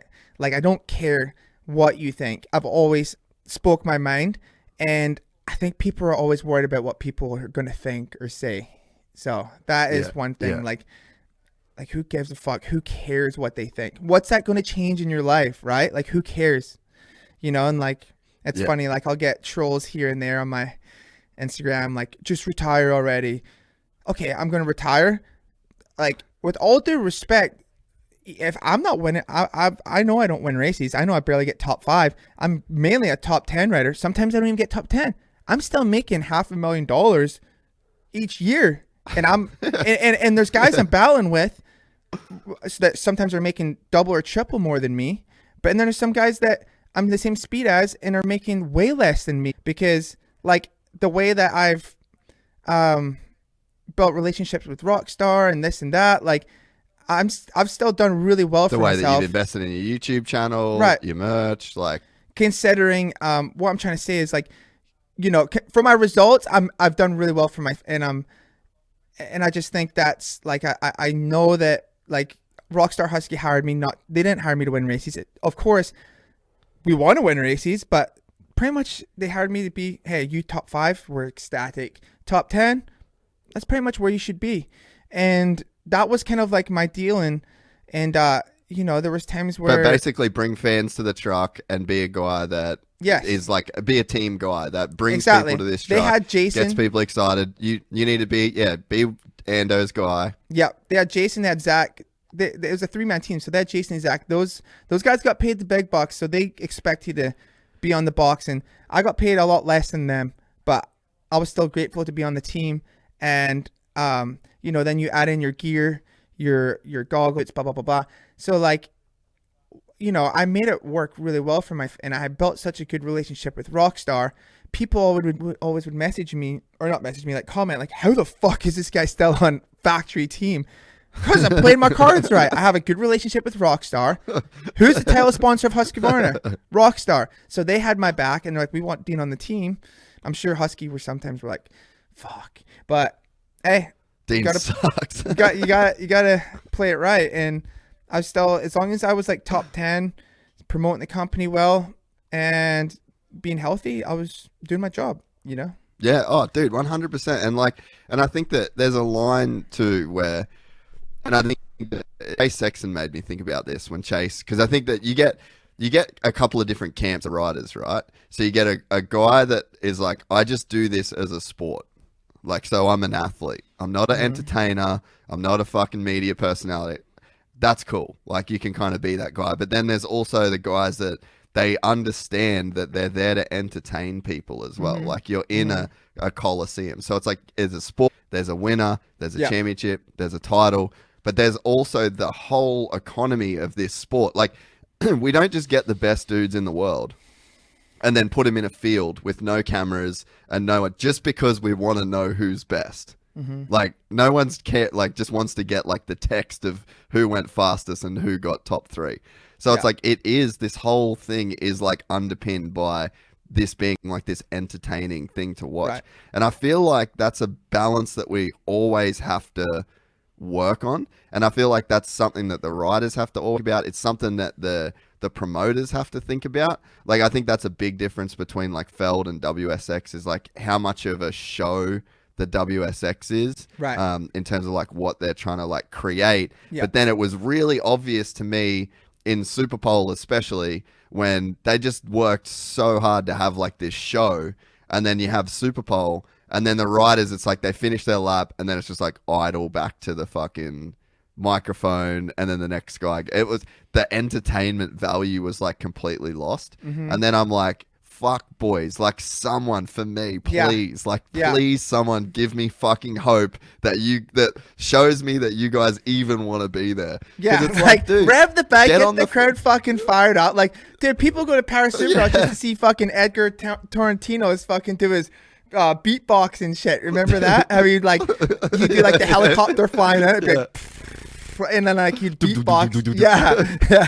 And like, he was entertaining. Dude was 40 doing fucking heel clickers. Like, he's the OG of the sport. But like, it's just like, I just played my cards right, and like, I knew my position. Like, I know that I wasn't gonna be the winning guy. Like, I know that. Like, so when there's people talking shit to me on Instagram, most of the time I'll let it slide because it's whatever. Like I said, I'm raised by Andy Wilson. It takes a lot to get under my skin.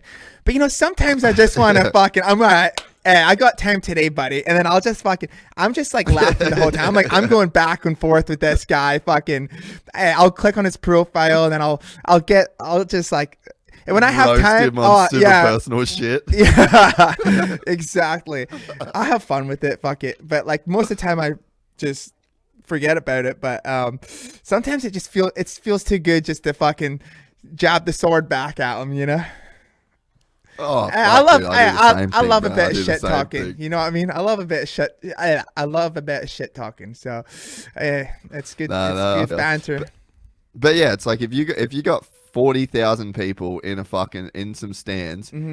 Get up and do some shit, you know? Like, Poor Joseph Allen just has the whole stadium on his back trying to hype them. He's like, is anyone going to help me out at all?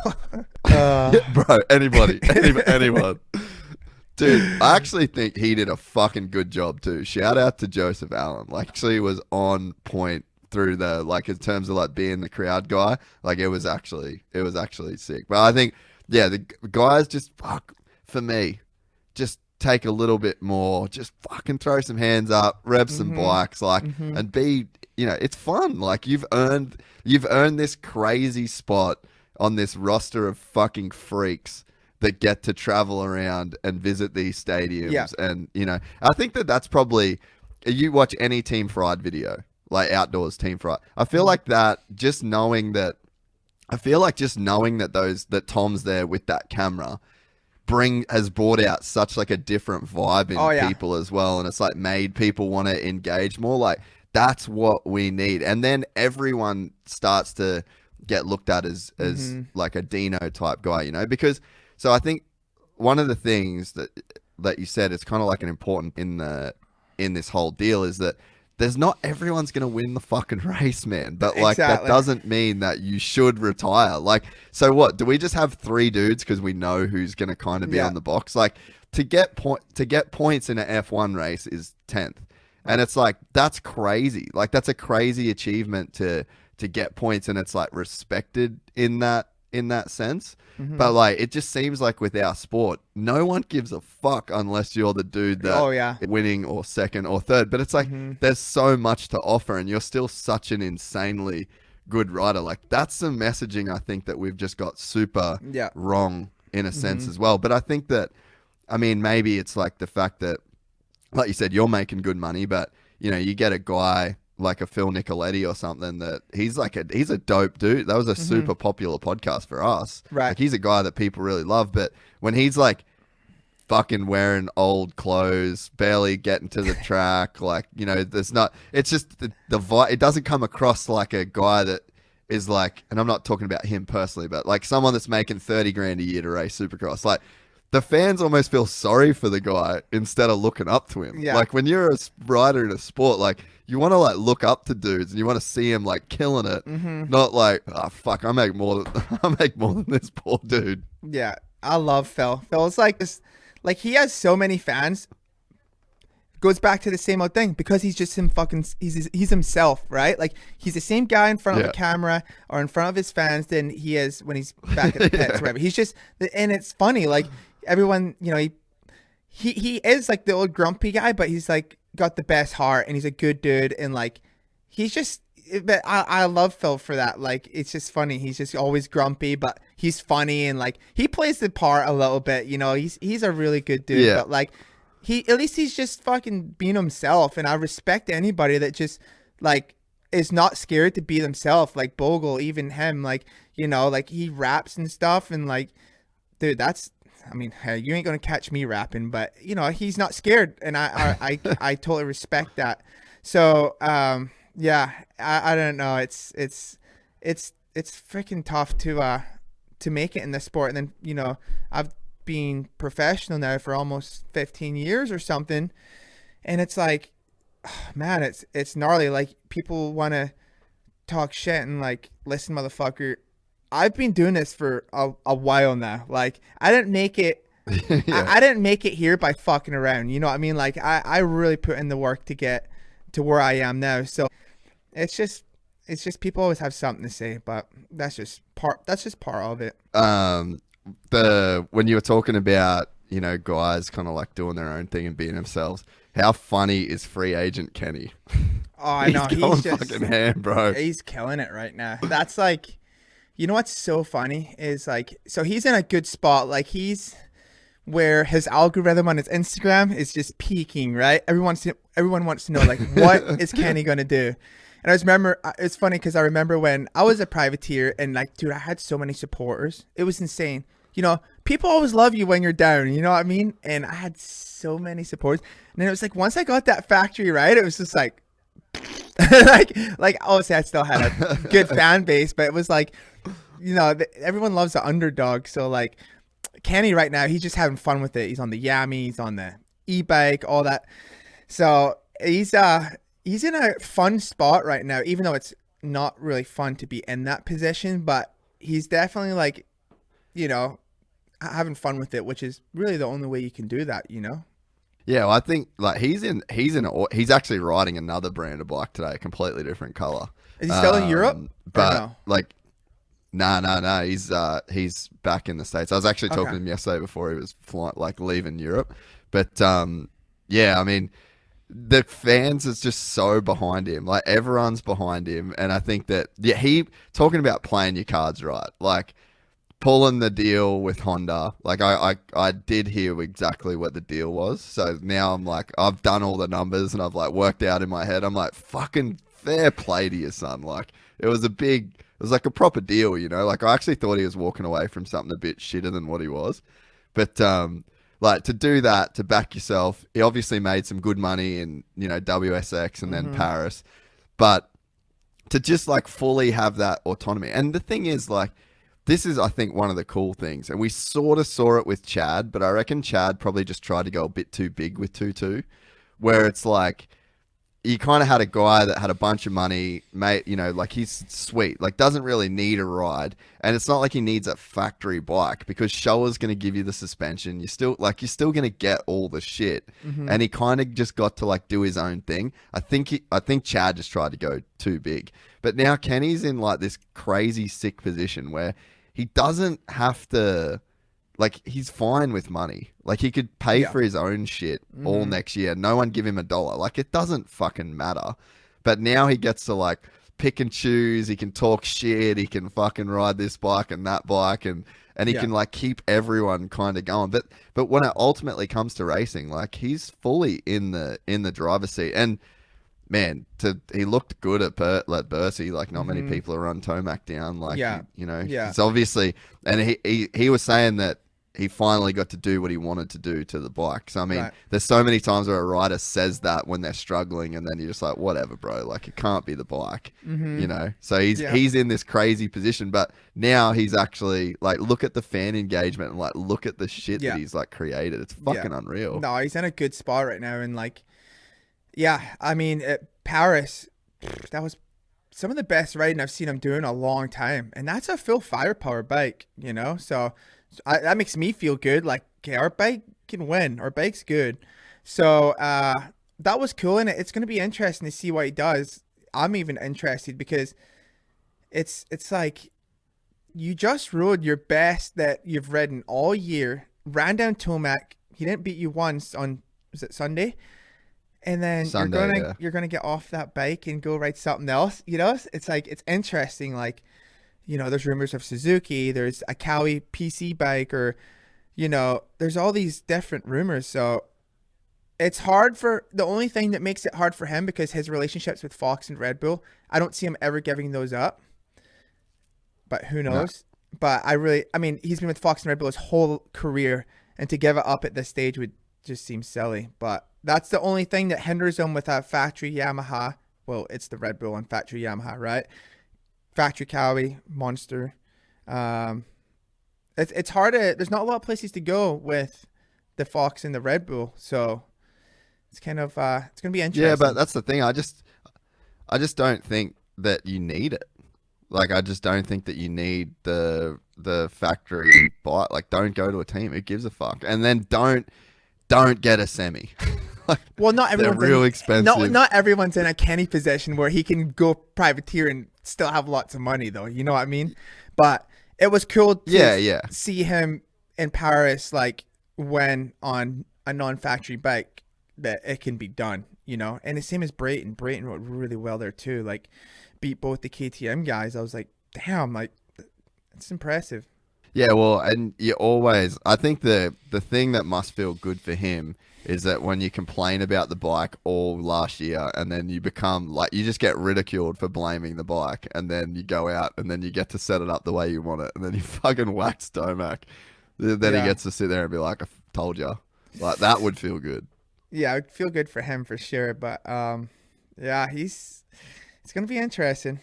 Yeah, it's just cool to see a guy that's in that position doing the free agent thing. Like, you never see it. Then there's 2 series that you can play off as well. Like, do you just do all the I've said that I think the move is just do like 7 AMA and then just concentrate on the World Supercross, and, you know, like, that'd probably be stoked. He doesn't need to race World Supercross, mate. He don't need to race World Supercross. He can go do the outdoors, do what he has to do, because I'm racing World Supercross, okay?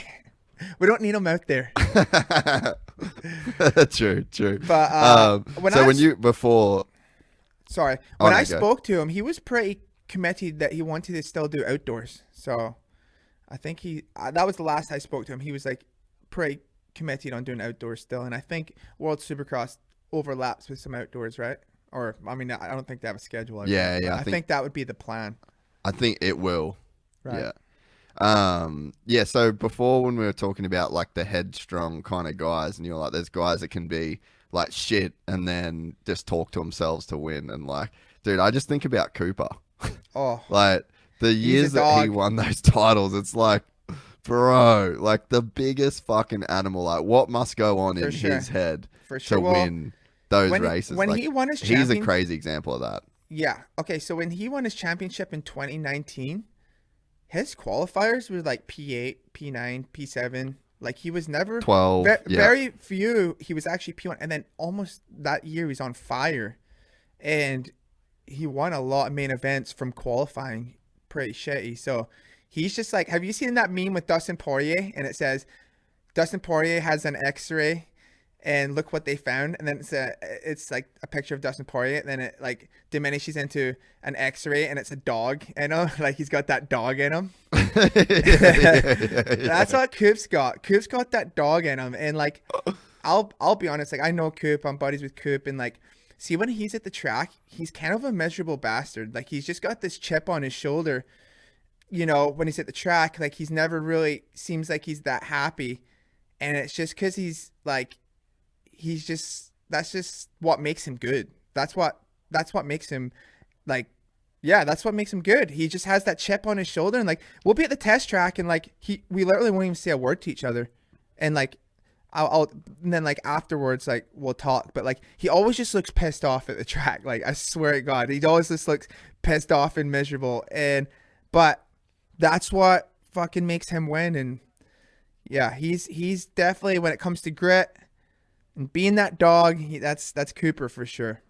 Yeah, no, I think he's like a crazy example of it, and you'd have to think like to go back to that anxiety thing. It's like, is there anxiety that's going on in him, or is that he one of the guys that just doesn't have it? He's just got that belief that you spoke about. I think he's just got that belief, but I can't speak for him. But I just think, I think gonna go back to what we're talking about earlier, the way his dad brought him up. I think I can't speak, but he was pretty hard on him. And that's what made Coop like the man he is. You know what I mean? He's fucking pissed off, and he's got that chip on his shoulder. And so when he's out there, he's just like, he just fucking gives it his all. And like when did he win that second championship? 21, right? 21? Griff? I think it was 21. 21, right? I'm telling you, 2019, he was lean and mean and in good shape. Like 21, he was in good shape. I'm telling you, that boy had a bit of a gut on him as well. And he was dominating. He was winning and running down riders on the last laps. And that was just shows like he's a racer. Yeah, just straight. Like that's just all mental at that point, eh? So when it comes to the mental side and just that want and grit, the Coop's definitely, I would say, the top of the sport in that department. And then you have Tomac, which is like, he's such a strange one to figure out, like he's so good. And it's like, but he's almost like the Khabib. He's like the Khabib of motocross. Dude, he is, bro. Like, he ain't out fucking around. Like, he's out in Colorado, out in the mountains, fucking, he ain't wrestling bears, but he's like doing the work. There's nothing that guy does that's going to derail, his momentum. Like I feel like he's got a good head on his shoulders. Like he's dominant, and he's not out partying or doing dumb shit. Like that's how he's so good, because it's kind of funny because I seen this Andrew Tate, Top G, and he's talking about how he knew Khabib was going to beat Conor. He's talking about how he knew Khabib was going to beat Conor because Khabib's 100% committed fucking, his religion and wrestling. Like, that's it, right? Where Conor's Conor. And he's like, there's not a chance Conor's going to beat him. And I feel like that's like Tomac. Like, that's 100% motocross. And, he has a family and stuff now, but he's been really good with, not really any injuries. And obviously he's had a phenomenal career. But, dude, unbelievable year he's had. Like, man, how much money you think he made this year?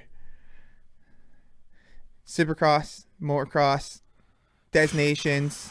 I wonder. Got the big money just to race Cardiff. He's made some cheese.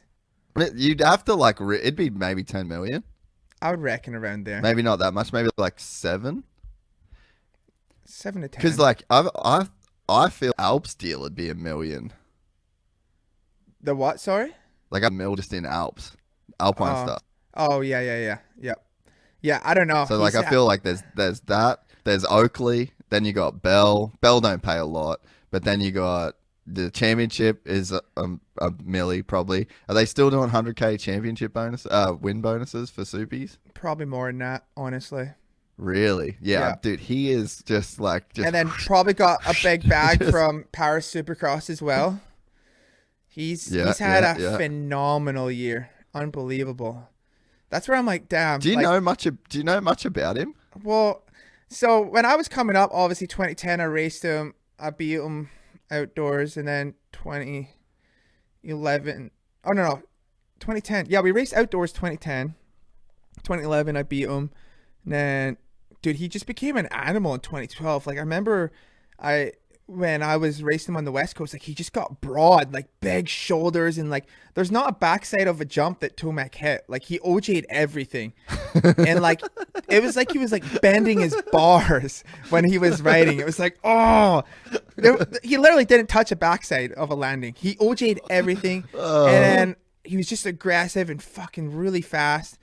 And then so we were racing that championship, and then, yeah. I struggled at the beginning, had really bad arm pump, and then I pulled it together, and then he DNF'd San Diego, and I won. So I had the red plate by like 3 points. So like we had an 8-week break after that, and then we went into Seattle, and I really wanted to win this championship. Like I had never won a Supercross championship, so I worked really hard on that break, and I came in, and he passed me, then I like stuffed him back off the track. And then, like, he passed me again, or I don't know. We were going back and forth. And I was riding a bit aggressive, but then, he just cleaned me, and I popped my shoulder out when he cleaned me, and then like my shoulder was done, whatever, and like I always had the kind of a bad taste in my mouth from that. But I remember when I got surgery on my shoulder, and I got back, and I was so bitter on the whole deal, and I tweeted some stupid shit. I don't even know what it was. And then like, so ever since then, like that was like, I was like 20 then, and I was just, you know, wanted to win at the end of the day. And then, but I totally, you know, have nothing against Eli. I think he's fine. And you know what, like I respect about him is that like he ain't the most flashy guy. He ain't Mr. Personality, but he is who he is. Like, I feel like what you see is what you get with him. You know, he just beats his own drum. He goes out to Colorado, does his thing, comes to the races, doesn't really beef with anybody, does his deal, goes back. Yeah. You know what I mean? He kind of just does his deal. So I respect that for sure from him. And I think we're fine now. But that was the last time I battled Eli, pretty much. Yeah, man. I mean, that was almost a bit of like a turning point in your career. Like I remember watching that race. I was back in Australia, I'm pretty sure. And I remember watching the race, and then I remember afterwards that your shoulder was fucked basically, and I just was gutted for you. Like that felt like a pretty big moment in your career, and then trajectories just went. Yeah, dude. You struggled with some injury, and then he just won everything, and it was like always. Yeah, and I mean for you, like that must have been a pretty tough pill to swallow. Like not even seeing, like once it's done, you're just seeing the guy that you were beating go and just fucking win everything, and then you just got on this like injury roll. Like it's just such a, you know, you'd look back in your life at like one moment, and how one moment just is like a fork. Dude, that to me is like, that's probably the most brutal one when I look back at your career. That's what it is. Yeah, I've learned a lot, you know, from, like, honestly, after that injury, I got injured pretty much every year. When it was 250s, was shoulders, shoulder. And then when I got to 450, it was knees. So I was like, fucking hell. So, it was tough. Like, I was always in it, though. Like, 2012, 2011, battling for the championship. 2012, battling for the championship. 2013, had the red plate. Crashed in the heat race. Collapsed my lung. I was done. That's the year Will Hahn won. 2014... me, Jason, and Seeley were going at it for the title. Then I DNF'd the race. Jason I was leading the race, crashed at San Diego. Jason landed on my front brake caliper, broke it off, had no front brake. That was San Diego 2014. So that was pretty much that championship done. Jason won that year. And then, so that was the lights. So at least every year I was in it, though. I was in the title hunt, you know? And then, the 450s is like, see, when you step up to the 450 class, that's just a different game. You got 29 races. You don't just have 5 or 6, 7 good guys. You have like 12. It's gnarly. It's the 450 class is like just so tough mentally and physically. Pretty much just getting your ass beat every weekend and having to take it and move forward from it and like try. You know, it's gnarly. It's not like 250 days where I remember showing up to the start line knowing I was going to win the heat race. Like, boom. Win the heat race, $5,000. Boom. You know, win the main event, $50K. Boom. 55 grand day. I was like, oh, this is good. 450 class to win a heat race is like, fuck. Like, it's so hard. So it's 450. Like, I have obviously the competitors that I race against in the 450 class, but like, I have a respect for them because I just know how fucking gnarly it is, you know? Yeah, dude. And to go back to before, it's like it's that turning point. But as much as it's like a turning point that now you can look back and be like, fuck, that started a pretty bad run. But that bad run, you know, is you still at 30 years old with like one of the most popular dudes in the sport with like this crazy career that you've still got, like obviously retiring from like the full-time US stuff or whatever, but it's like you've still got this epic career. Like, you just don't know.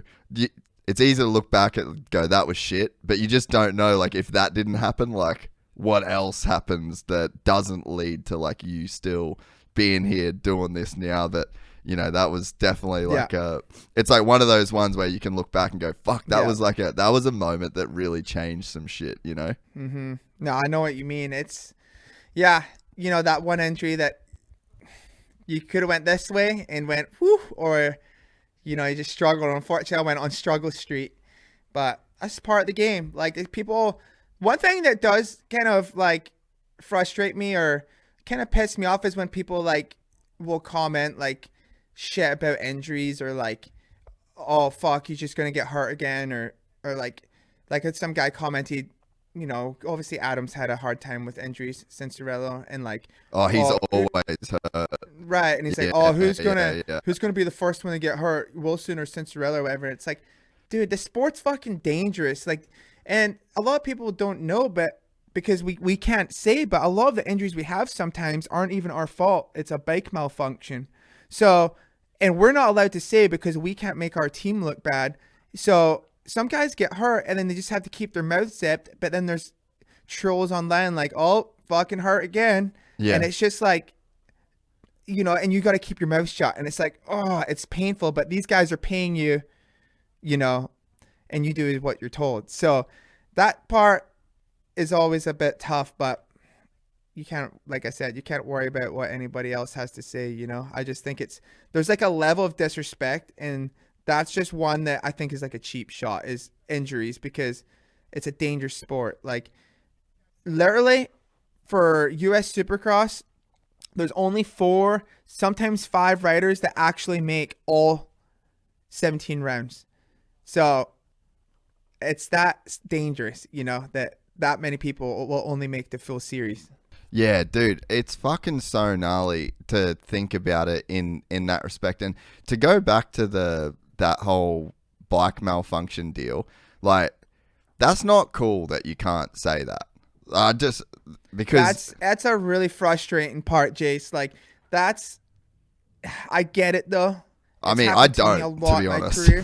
I don't get it. Like, it's not cool. It's tough, but like, it's just, it's the corporations, you know, they want to sell bikes. And then if you say this bike did this and you got injured because of it, then they think people won't want to buy that bike. And it's really tough because it's happened to me a lot in my career, and fucking sucks eating shit and having to stay quiet and people are talking down on you, you know, but that's part of the deal. You gotta sometimes respect the team's rules, but it is tough. It's very, very hard to swallow that pill sometimes.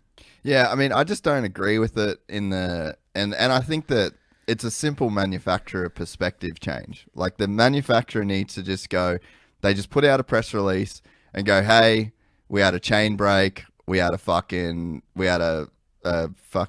piston go, like, whatever it is that went down, Dino got hurt. This is the nature of the beast. These race bikes, you know, they don't exactly reflect our stock motorcycles. The stock motorcycles get, you know, put through these, you know, tests. These are race bikes with race fuel and these are a different machine, you know, yeah. And it's like, that shouldn't be that fucking hard, because the follow-on effect, like the teams or the manufacturers don't get a hit, and that there's going to be no hit to their bottom line when they say of how many CRF 250s get sold or KX 250Fs that gets, like, it's not going to matter, man. But to you, that really does matter. Like, public perception, other teams' perceptions. Like, if other teams don't know that when you did your knee, you had a fucking chain break or whatever it is, then that's the narrative that goes. And Adam in the, you know, the same, I don't know the story, that maybe some of his shit's like that. But it's like, I just don't think that's fair. And that's an easy thing for the manufacturers to change. And it, like that, literally could get changed like that. There's no fucking hurt that's going to come to sales. But I think that the long tail that it can have to affect a guy like your career, because you fucking had a bike malfunction before Supercross in Oz, and like you were beat to shit when you went and raced there. Like, it fucking happens, bro. My bike breaks. Like, but this shit, this is the game that we play, and I think that's actually like a massive cop out for teams, and I just don't think it has the effect on them that they think it would. Yeah. No, I don't know. It's a touchy subject for sure. You know, it's happened to a lot of the riders, but they just, you gotta be quiet, you know, but it's tough. Yeah. No, I'm not down with it. When you were talking about the anxiety stuff before, what was the thing that made you realize that you got it? Like, how did you, because you kind of, you go without even thinking that it's like a real thing. Like, where did that whole deal like start for you? Do you remember like the first time, or like how you kind of figured it out?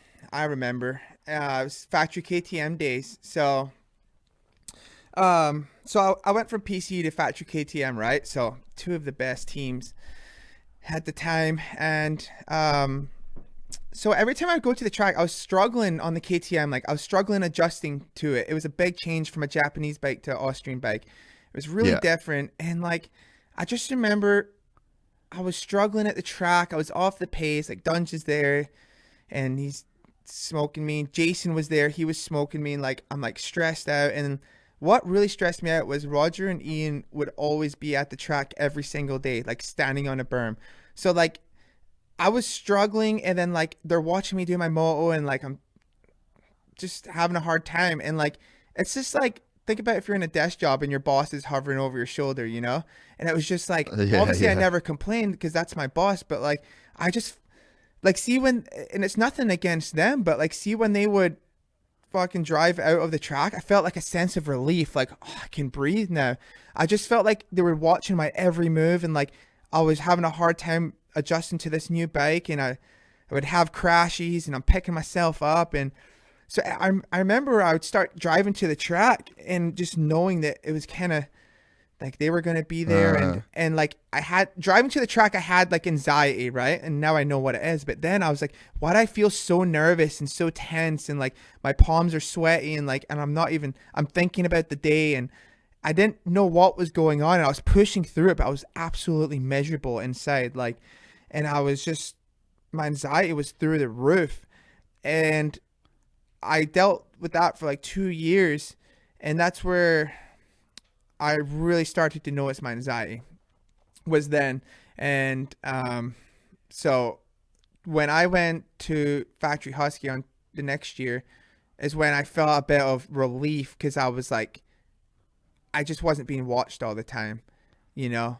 So it's just like, I don't know, that's where my anxiety first started from. And it's gnarly. I'll go through periods where I don't have anxiety for months. I'm dialed, you know, but sometimes like I went to, so when I got to Melbourne this year, I landed and I was super jet lagged, and I don't drink coffee anymore because I had panic attacks last year. I had like two of them. And the first one was so gnarly. I went to the hospital and they did the AKG and everything. I mean, like, I thought I was dying. I says, like, I'm having a heart attack. Like I'm going to die. And it sounds so dramatic, but until you have one and experience the feeling you have inside, like it's a feeling you've never had, and you literally feel like you're going to die.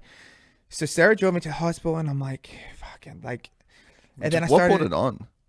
I don't know. And then like I got to the hospital, they did all the tests and stuff, and then I started to calm down a bit, and then they did EKG and blood tests and everything, and checked out okay. But even 2 weeks after, I felt off. I didn't feel right. So anyways, back to my story with I landed in Melbourne, and I haven't been drinking caffeine due to those panic attacks. So I'll have caffeine here and there. So I had a coffee when I landed with my friend Eris, and straight after the coffee, we went to this recovery center because I was like, let's do a little sauna, and then go in the ice bath. It was a cold plunge, and then I think it'll help me. So went in the sauna for 20 minutes, which was probably too long. Went straight into the cold plunge, and I'm in there, and then I'm feeling off. My heart's starting to like really pump, like, and I'm like, oh fuck, that feels. I was like, that feels a little weird. And then my friend Eris walked off to like get a towel and whatever, and I'm sitting by myself. So I get out, I sit on the ledge, then my heart's just starting to. This thing's pumping hard and on its own, and I'm like feeling like I'm dying inside. Like I feel like this is the end of the road. I'm fucking done. And like I said, I know it sounds dramatic, but anyone that's experienced this knows like it's gnarly. So I'm like trying to breathe. I'm about to tell Eris, like, call an ambulance. Like I'm fucking dying. I'm having a heart attack. And they're like, oh mate, it's because of the coffee and the hot and cold. Like just here, you want some water? I was like, yeah, give me water. So I'm pounding water. I'm just trying to flush this coffee out or whatever it was. And then like I start trembling. I'm shaking like a leaf. And I'm like, fuck, like this ain't good. And then they're like, you gotta move, mate. You can't just sit still. Like get moving. So we get up, we go for a walk. We go for like a 15 or 20 minute walk. And I start to calm down a bit, but I kind of have heart palpitations, and I'm like, I don't know. I started to calm down, and then good enough to get in the truck. We go back to the hotel, then I just like dimmed the lights and just laid there for a bit and just took some deep breaths, and like I started to calm down and went to the dinner. We had a team dinner that night, and like I was just getting better enough, and I'm telling people the story, like Boyd, my mechanic and stuff, and they're laughing at me. They just think this is hilarious. I'm like, no, like I'm serious. I had an episode, like I literally thought I was gonna die, and like it's like people that haven't experienced this don't understand how gnarly these panic attacks are. Like I was Googling everything, right? Like I get back to my room, I'm like heart pumping, and then I was typing in panic attack symptoms. I thought it was an anxiety attack. It could have been both, but I'm Googling it, and all the symptoms is what I was having, like trembling like a leaf, hands were sweaty, fucking just heart pumping on its own. I was like, okay, that sounds exactly what I have. So anyways, next day I had a race anyways, and I felt a bit better by then, but dude, like it's gnarly, and I've never experienced this stuff, and they say with age things like this come with your health, and I'm like, it's fucking scary. I don't wish that upon anybody. There's a couple things I don't wish upon people, even my worst enemy. There's a chain snapping, or a bike locking up off a jump, or a panic attack. That's 3 things. So yeah, that shit was scary. It was just something that I don't want to experience ever again. And there was a few things that triggered it. I think it was the caffeine, and then it was the hot cold. Maybe not too much sleep from the plane, but it was definitely scary. Yeah, dude, they're gnarly. I remember I had like my first like what I recognized as a panic attack. Oh fuck. Oh no, there you are. Then it wasn't until I started meditating that I figured out what anxiety was. Because like there was one day I remember I just had a coffee, and then I went home from work. It was when Rones just started working for me. So like the podcast was like doing good, and there was all the pressures that come with that.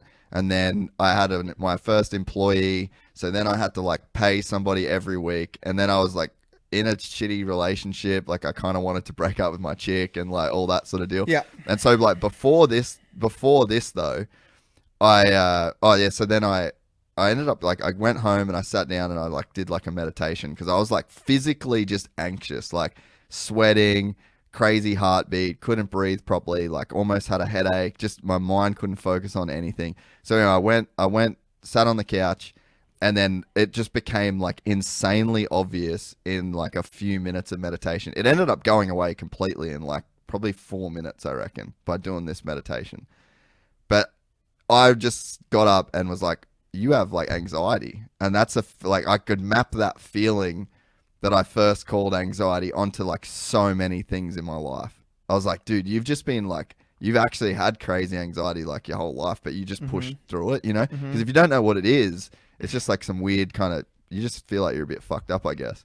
But, and then the first like panic attack I had was, yeah, like all those things of like, I wanted to break up with my chick. I had just these crazy fucking stress. It just felt like it all come up to a peak. And then I just had like a full-blown panic attack in bed. And I didn't say nothing. Like my chick was sleeping next to me. And it was one of those deals where the same, like, I was like, fuck, I need to go to the hospital. Like I'm fully cooked. But I kind of related it back to like that weed experience. So I just kind of like stuck it out. And then, yeah, that was my first like panic attack that then I look back and I was like, dude, you've had a lot of panic attacks like in your life over the years. And a lot of it was at night. And I used to think they were like night terrors. But yeah, nowadays, like I definitely find it like very helpful to talk about it because I feel like a lot of people at least have, and I don't know if you get this too, like, cause you wear the Garmin, like, do you look at like your stress meter on your watch? I got the Polar, but, no, I don't, but, carry on. Yeah. Oh, so there's like I got the Garmin and there's like a stress meter on the Garmin and like literally when I'm like, I can tell now when I'm like physically anxious but like mentally okay, if that makes sense. What's your current heart rate right now? Says 73. Okay, we're at 58 over here. That's funny though. I just seen 58. Boys chilling. But but yeah, so like there's the like you can have a physical feeling of anxiety but not mentally be like anxious or stressed about anything. So I think that like the more you kind of learn about it and the more you understand it, like notice it when it comes, like you can kind of, I feel like it's just a very normal part of life. But if you don't have like a mental framework around it and like how to deal with it, it can just be like probably like what it was for you at the KTM test track days when you're driving to work. Like, dude, I still get crazy that feeling that you got explained at the test track. Like whenever I haven't done jiu-jitsu for a while and I go to the gym, especially an open mat or like a new gym or a comp, like, dude, that shit's just fucking there constantly, you know? So I think it's just like, the more you like talk about it and understand it and kind of map it onto different experiences that you've had, it's sort of like a way to deal with it, you know? Yeah. No. So it's kind of funny you said that. So mine definitely added with a lot of stress. So this is actually a really good story. So this started, 2020, I'll restart this. So 2021, I raced all year with a torn ACL. Okay. My knee was torn all year. Yeah. And I kept it quiet from the team because obviously for me, unfortunately, I'm always known to get injured. So I was always on a 1-year contract. So every year I'm fighting tooth and nail for a contract. Last time I was a 2-year was with Factory KTM. So everyone would always give me 1 year and it was stressful. So 2021, Jason and Zach got both injured and I raced all outdoors with a torn ACL and I had Epstein-Barr. So I was trying to stick it out for the team, be a good team player and, you know, have a Husky 450 out there. And, you know, maybe it will help me for the 2022 season.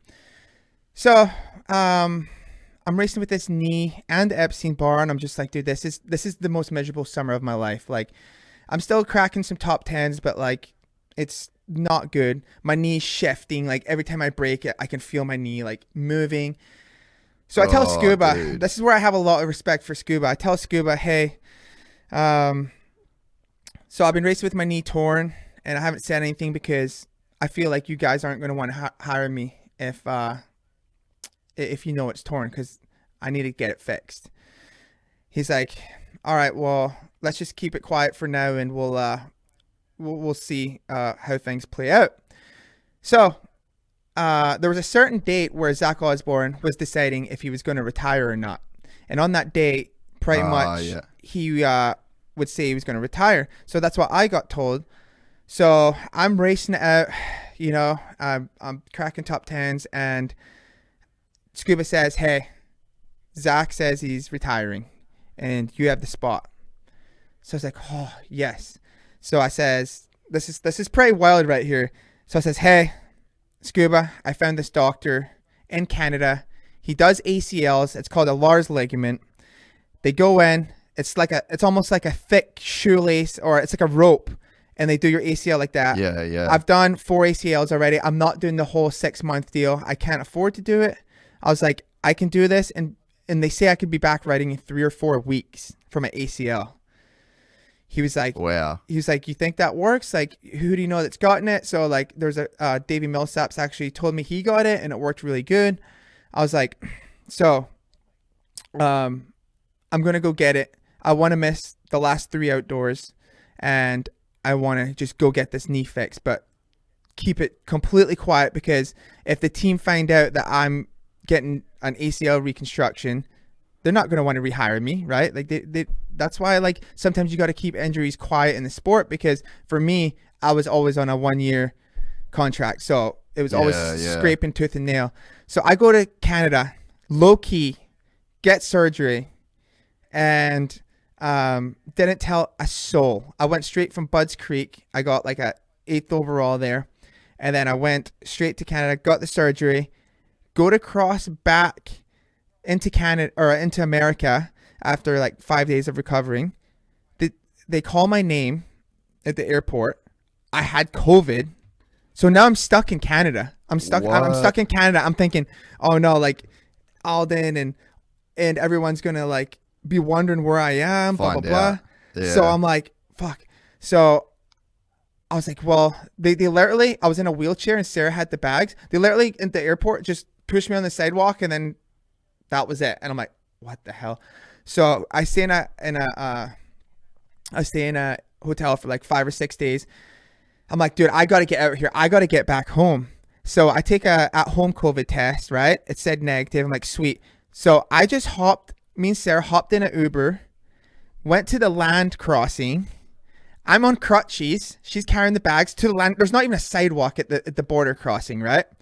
Get to the border, and they're like, the guys come walking towards us, like, oh, what are you guys doing? And like, I was like, oh, I just got knee surgery. We're going back home. We're just whatever.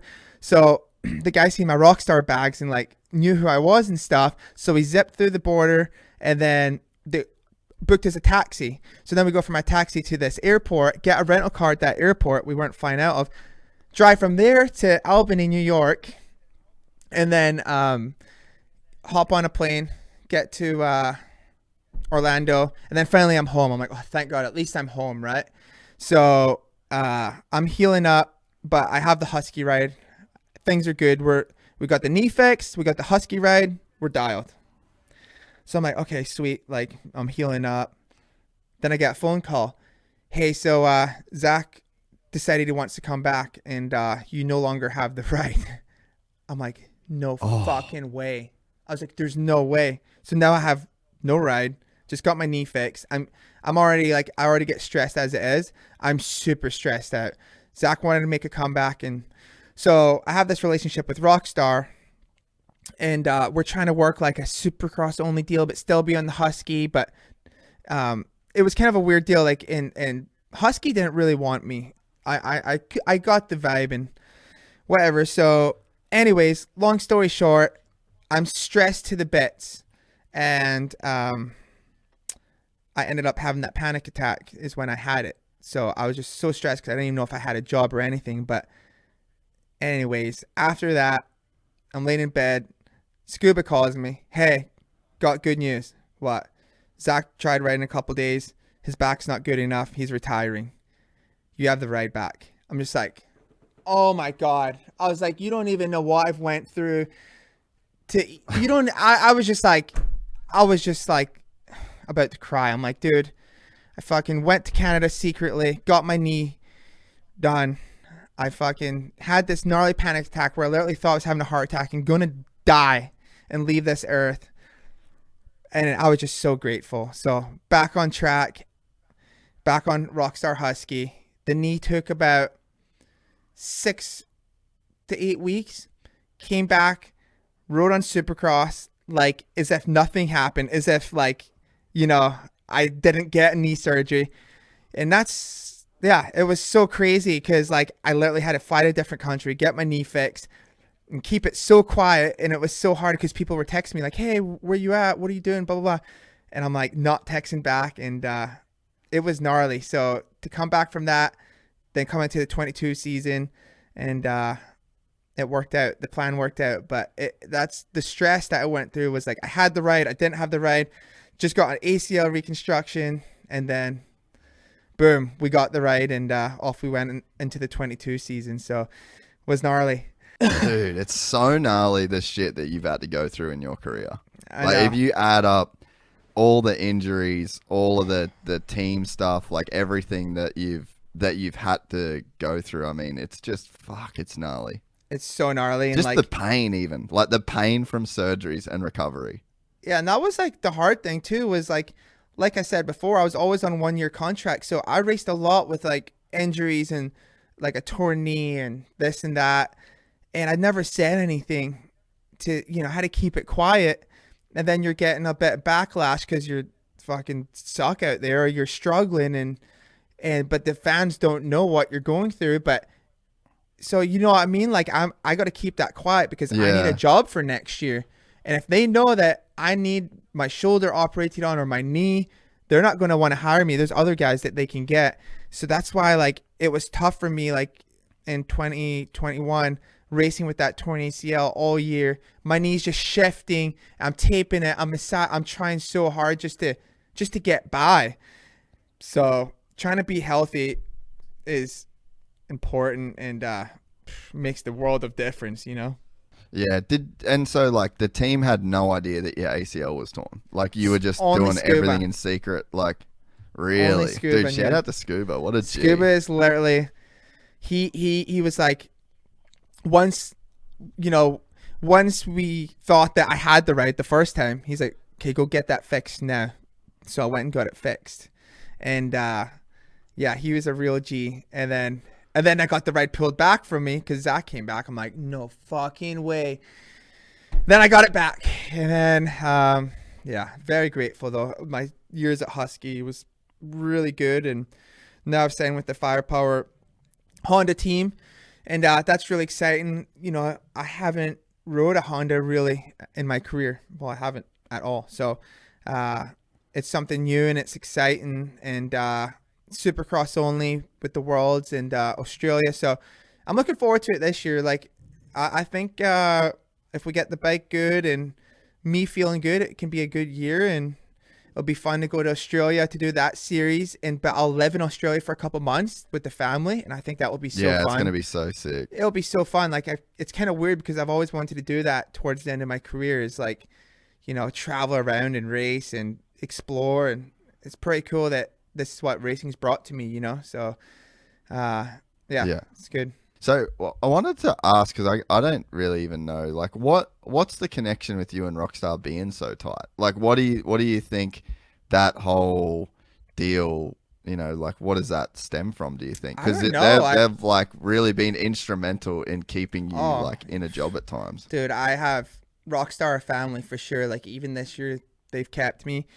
I think so I joined the team, and like social media is huge for Rockstar, right? Like that's what they don't care about. If obviously they want to see you win races, that's number one, but they liked what else I brought to the table other than racing. They liked my socials and stuff like that. And I think where it really got to their attention was during COVID. Rockstar, we had to do those Rockstar posts once a week. Yeah. And I always like got kind of creative and made it funny and whatever. And there were some guys that did it, and it was like you could tell it was just kind of forced. Where mine, I would have a bit of a laugh with it, and it got really good numbers and stuff. And I think they just kind of seen my value in promoting and whatever. So I remember we did also that with Husky during we were stuck in COVID, and it was called I don't know, we did some sort of deal where we had to do something every week, and you had to send them all your insights, and my insights compared to the rest of the team were huge, like, and that's a big value, you know what I mean? So I had really good insights, and they seen all that, and I don't know, just a good relationship. Yeah, and I mean it's such a good example for people out there that are, like trying to do what you're doing or early on in their career. It's like if you really invest in the fans and if you invest in your personality and like really show who you are, like you just don't know when you're fucking 10 years deep into your career and you're on a 450 and you're getting 1 year deals and the team kind of half doesn't want you to be there, but fucking bang, you're back there because of the gold star on your helmet, that because you put in a bit of extra effort through COVID, you're actually getting the benefits of it. And that's like, some people, they don't. Sorry. And that's like Grandpa Earl. Like, dude, I did Grandpa Earl years ago and we just did it for a laugh. Like my good friend Chris, he filmed it, edited it.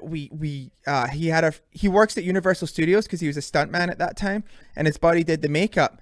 And he's like, hey, and I think I just watched Bad Grandpa or something, and I was like, hey, let's do this for Motocross. I think it'd be funny. So he got his buddy to come do the makeup. It was like 4 hours long to get the makeup done. We went to Pala, totally winged it. No, like we just winged it, and fuck, dude, 20 plus million views on YouTube. Like the thing blew up.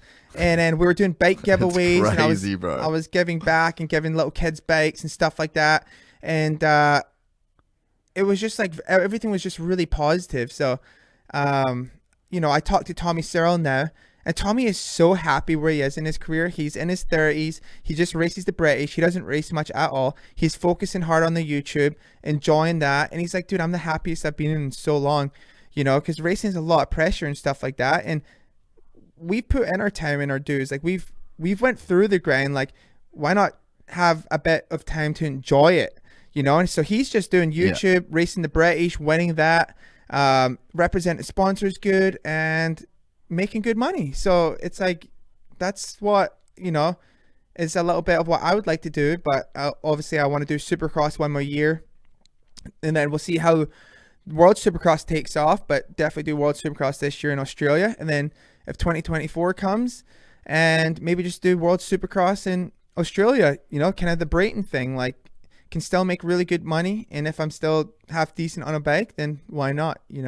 Yeah, and I think that, dude, Tommy's a great example of it, and it's funny, like probably the last dude that you would expect to like do the YouTube thing too. Exactly. Like he's so lucky. But that's why it works. I think Ed literally. Yeah. Ed does everything for him, but I actually just noticed Tommy started to edit a couple videos on his own, but Ed literally is Tommy's backbone. He set up his merch. He does, like, it's quite funny. He's very lucky to have Ed, that's for sure. But he's doing good, and it's funny. Like, I definitely didn't expect him to be the big YouTube guy, but he's enjoying it and having fun and making money off it. So why not?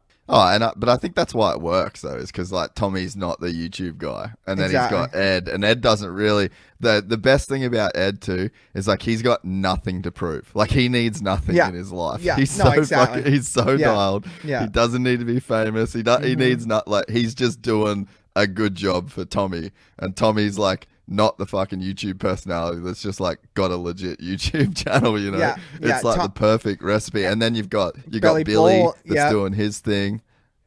It's such a perfect little crew, and like they're gonna kill it for years, years after it stops. Yeah, no, for sure. They've done well, and they got a good group, good chemistry, and they're enjoying it. They're having fun with it, and that's what it's all about. So like, it's even like, dude, I think Phil Nicolay could have a sick YouTube, like, if he had 100%, bro. If you have the right filmer and the right person to edit your videos where it's quite funny, like, that's half the battle. I feel like a lot of people just film writing, and then like you need a personality, like you need like funny shit, like, and it's hard, like, and it sucks to be always so clickbaity because I hate that. But at the end of the day, guilty. Yeah, but at the end of the day, like, clicks equals views equals money, right? So it's like, yeah, it sucks it's come down to that. Like, Deegan's obviously clickbait all the time, like I remember like 8-year-old on 450 or something like that, but that's what gets the views. And it's like, I did Grandpa Earl, 80-year-old grandpa shreds dirt bike. Like, I think that topic hit harder than just saying Grandpa Earl or something. You know what I mean? Yeah, 100%. So it's like, well, I mean, dude, it's the there's so much that goes into No, the go. YouTube with the thumbnail. You know exactly the thumbnail, the filming, the editing, the title, all that crap. Like there's a lot that goes into it that attracts people's attention, you know, and the consistency. That's where Bartley Films has done really, really well for himself.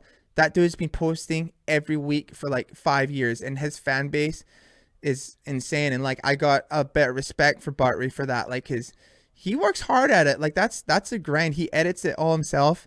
And Bartley was actually the first to help me, guide me on how to do my merch, like how to set it up. So I always got a bit of respect for Bartley for sure. Yeah, and I think the cool thing with Buttery is like he makes a hard thing look real easy. Like his secret sauce is he makes it look like he doesn't give a fuck. But Right, like he yeah. actually is he's grinding, you know? Yeah, but he's given people the content that us racers can't. He's in the party scene. Yeah. He's getting fights. He's writing.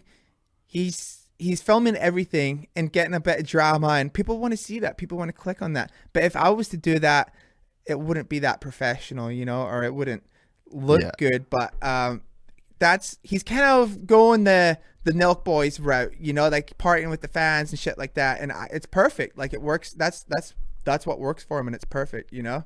And then you have Axel, who's just phenomenal on a bike and has so much bike skill, and he's so fun to watch. And obviously he doesn't hit the YouTube like super hard, but like he still does quite a lot of videos.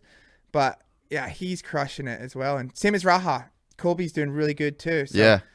it's YouTube, everyone's doing it now. Obviously Deegan's, Freed's, so it's like everyone's doing it, you know? Yeah, and I think that the people like for me, I mean, well, I put all my eggs in the YouTube basket, obviously, and like it's definitely paid off pretty fucking solid for us. But yeah, like I really had to grind through and I still deal with the comments of like the clickbait thing. But I'm like, dude, I'm not doing it for you. Like I'm not doing it for you that knows that this is clickbait. Like I'm trying to attract a broader fan base. Like Grandpa Earl got 22 million views. There's not 22 million motocross and supercross fans that know everything about the sport, you know? So it's like you end up with this big group of like actual fans that watch, and then to them it's like clickbait.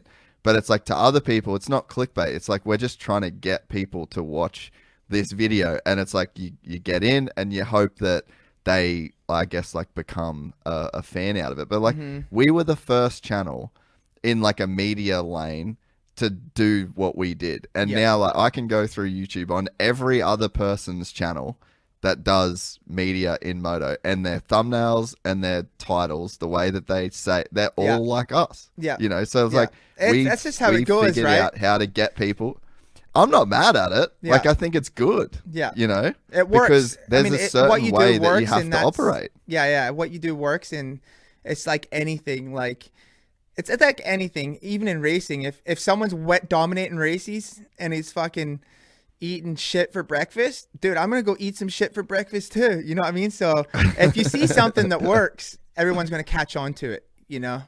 So yeah, it's just funny, the whole YouTube thing, but it's something cool and another way to make money, right? Yeah, and do you think about like when you retire what you're gonna do, or like have you been able to make enough investments and like be smart enough over your career to where like you're probably gonna be all right and you're not gonna have to like go and fucking do kitchens with your dad, or like have you thought much about that? Because that's one thing about the YouTube stuff is that like, dude, I'm a fucking peanut. If I can make money out of like the sport, then surely, you know, like there's like longevity in it. But have you given much thought about that shit?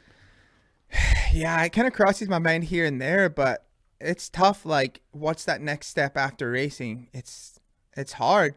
It's all I've known, you know, my whole life. So I don't know. I don't really know what exactly I want to do. It'd be cool to kind of be still ride and be an ambassador, you know, and have companies that I'm still getting paid by that. But I've been really smart with my money throughout my whole career and with investments. And my mom's been really on top of that ever since I was a rookie. I've been really smart with that. So I'm pretty good on that. Like, I don't have to stress it too hard. But, you know, when you retire, the first thing that, like, I see a lot of retired guys do is do nothing. And I think sometimes that's the worst because their brains start to go crazy and they don't know what's next.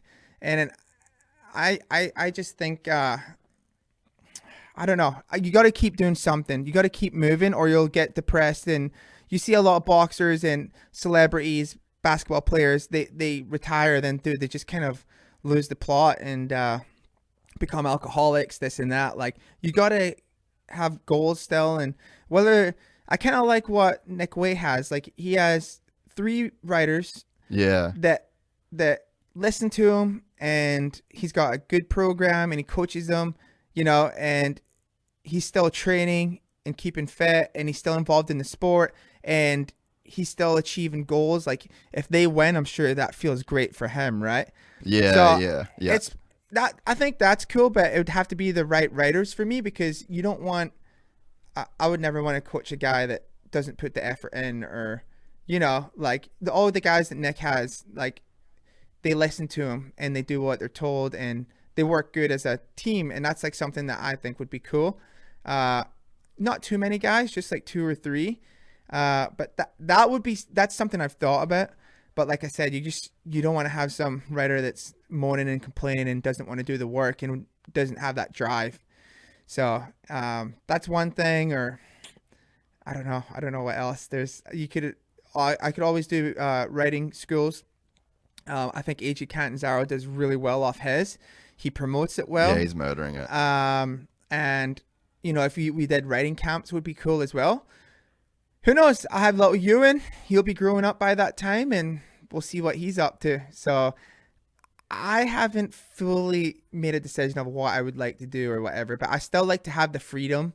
I would never do a 9 to 5 or something crazy like that. Like, I've saved my money really well, but I still want to keep busy for sure because that's what keeps you going. You know, that it's like my dad. My dad's never stopped. He's always on the go. Like he's just a workhorse. And I feel like at his age, like, the minute you stop, pull the reins in, and you just flop on the couch, you're going downhill. That my dad's. Yeah.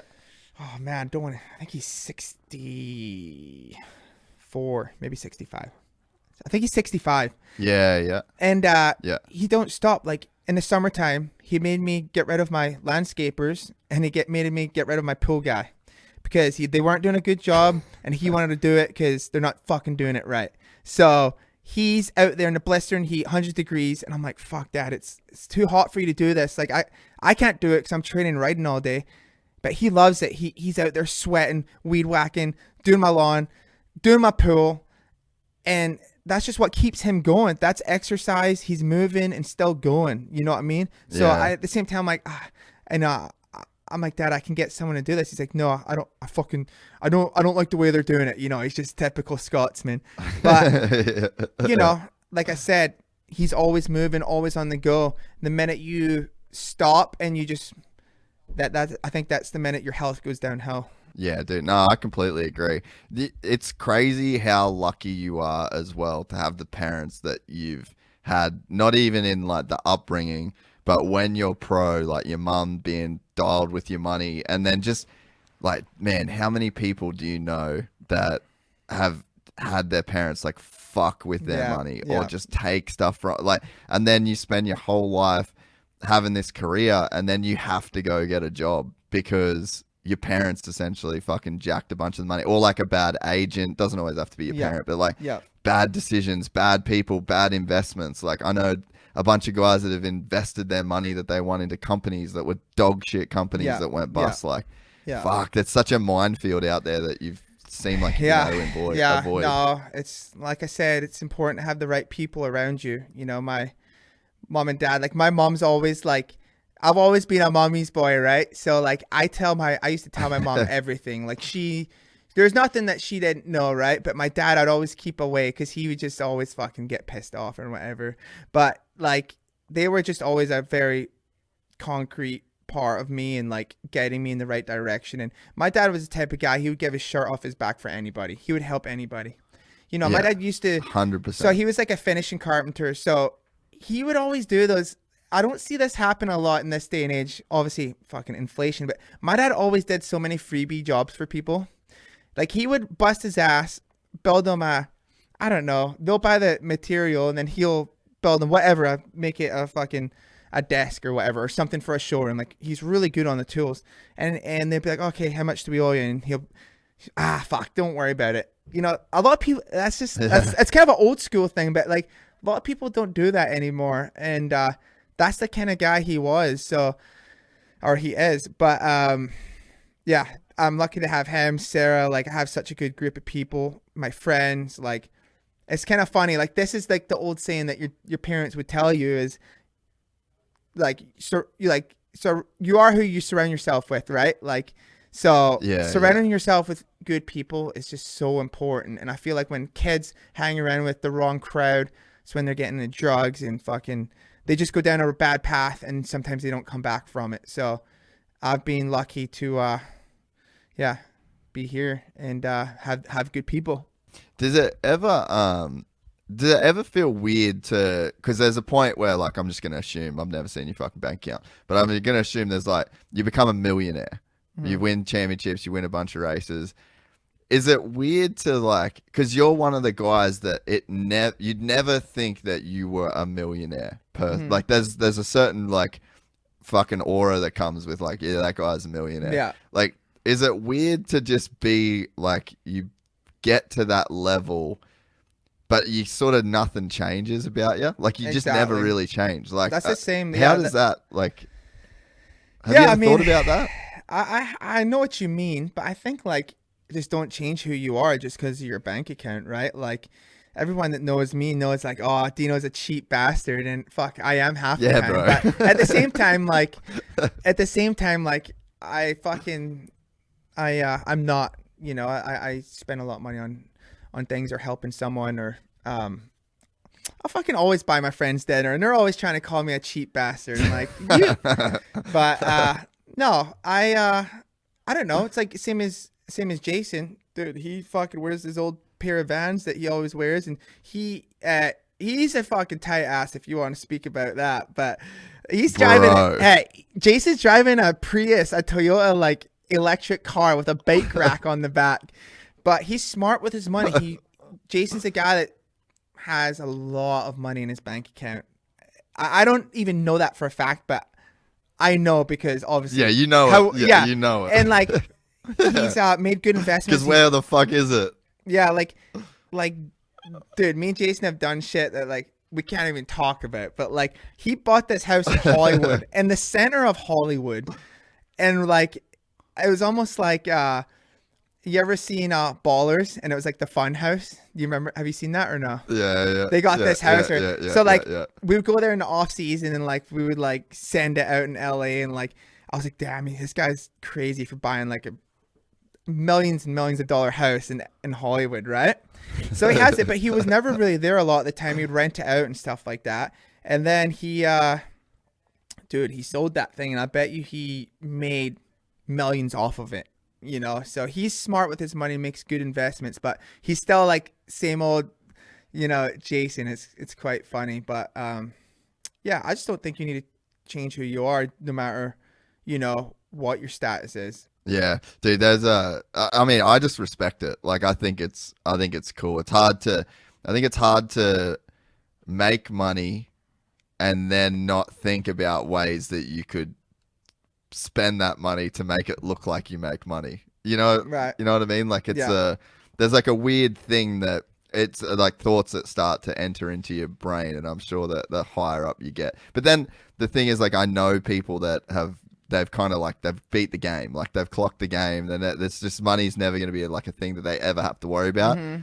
But then they're the people that will be the first to tell you, like, oh yeah, it's like, money doesn't buy happiness. Like, that whole thing is true, you know, like, it shouldn't change you. But you see some people just get so lost in the sauce until they like get to that point.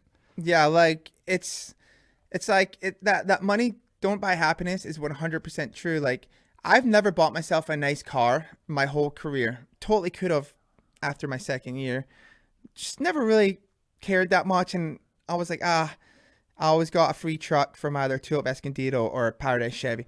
Yeah. So we were having the kid, and Sarah, this is like Sarah drove a 2008 Nissan Altima. Fucking roof is caved in. Like she was like out in the privateer sticks, dude. So I was like, all right, we're gonna get a nice car, right? And so we got. I spent a lot of money on this car, a nice Mercedes, and way more than I expected to pay. And I got the car. Nothing's changed. You know, I'm not like super stoked that I have the car. Like I still like feel the same. Like now I see the car and I still look. I'm driving a Toyota Tacoma that Toyota Escondido gave me, and I'm just as happy driving the Tacoma than I am driving the Mercedes. Like, dude, the Mercedes is nice. Like, fuck, it's got every switch and everything in there. There's too much going on. There's like massagers in the seats and shit, and I'm like, listen, I'm just as happy driving the Tacoma though. Like, it gets me from A to B, and like, I just think, I don't know. I'm happy whether I had the car or not. You know what I mean? Yeah. It's just cool to watch. I think it's like fairly common in moto. Like I think just because people come from such like humble beginnings, but it's always cool to watch. Like, but that being said, I have seen other guys that it hasn't been like that, you know, and that ended up really fucking shit up. But I remember having dinner with Jason one night in Claremont, and it was when he first went on Alda. I'm pretty sure, fuck, it would have been maybe. It was like first 450 year, I'm pretty sure. Like the first time he went to Alden's. Mm-hmm. Was it? Yeah, okay. So we're there, we went out to dinner, and we were at his place, and I was like, how long have you been here for? And he's like, oh, like 5 months or something. And like everything was propped up on boxes. Oh like, yeah. And literally a mattress on the floor. There was no furniture.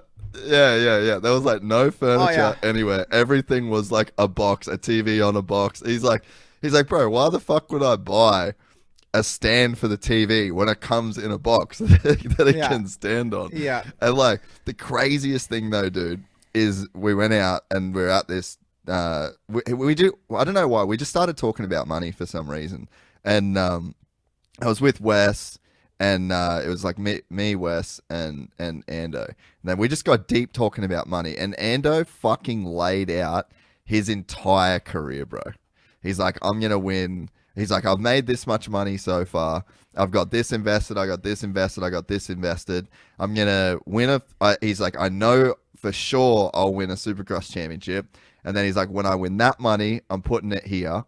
And then he goes, then I'll have like X many years on my career. And then he goes, and then I'm going to be a test rider, and I'm just going to make my 40 grand a year. And then I'll just spend my 40. Like he just fully mapped out his whole career. And then he ends up winning the super. Like he did everything that he said he was going to do too. I was blown away, and then double blown away again the night that he won the title. I was like, this motherfucker's just on some different shit. Yeah. Oh, it's funny.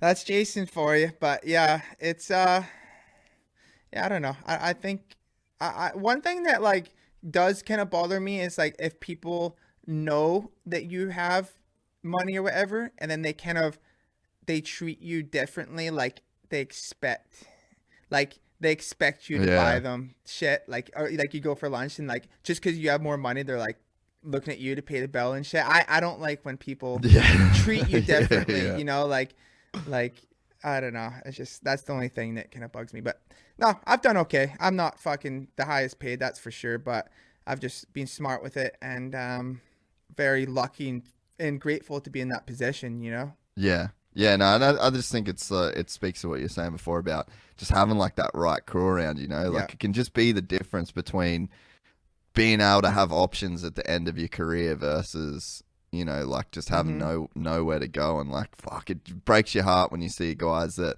they've made a lot of money in their career and they just haven't, for whatever reason, you know. And a lot of times it's not like it's even their fault to a degree, but you know, you have to go out and get a 9 to 5 and you're just like, fuck, that dude did way too much shit to have to go through that, you know? Yeah, well, it's kind of like there's like some basketball players and stuff that, I mean, they're known to go broke because sometimes they just spend it ridiculously. But like there's just, I remember there was this one basketball player, Deontay West or something. I don't know. Do you know who that is? I don't even know if I'm saying his, I don't even know if I'm saying his name right.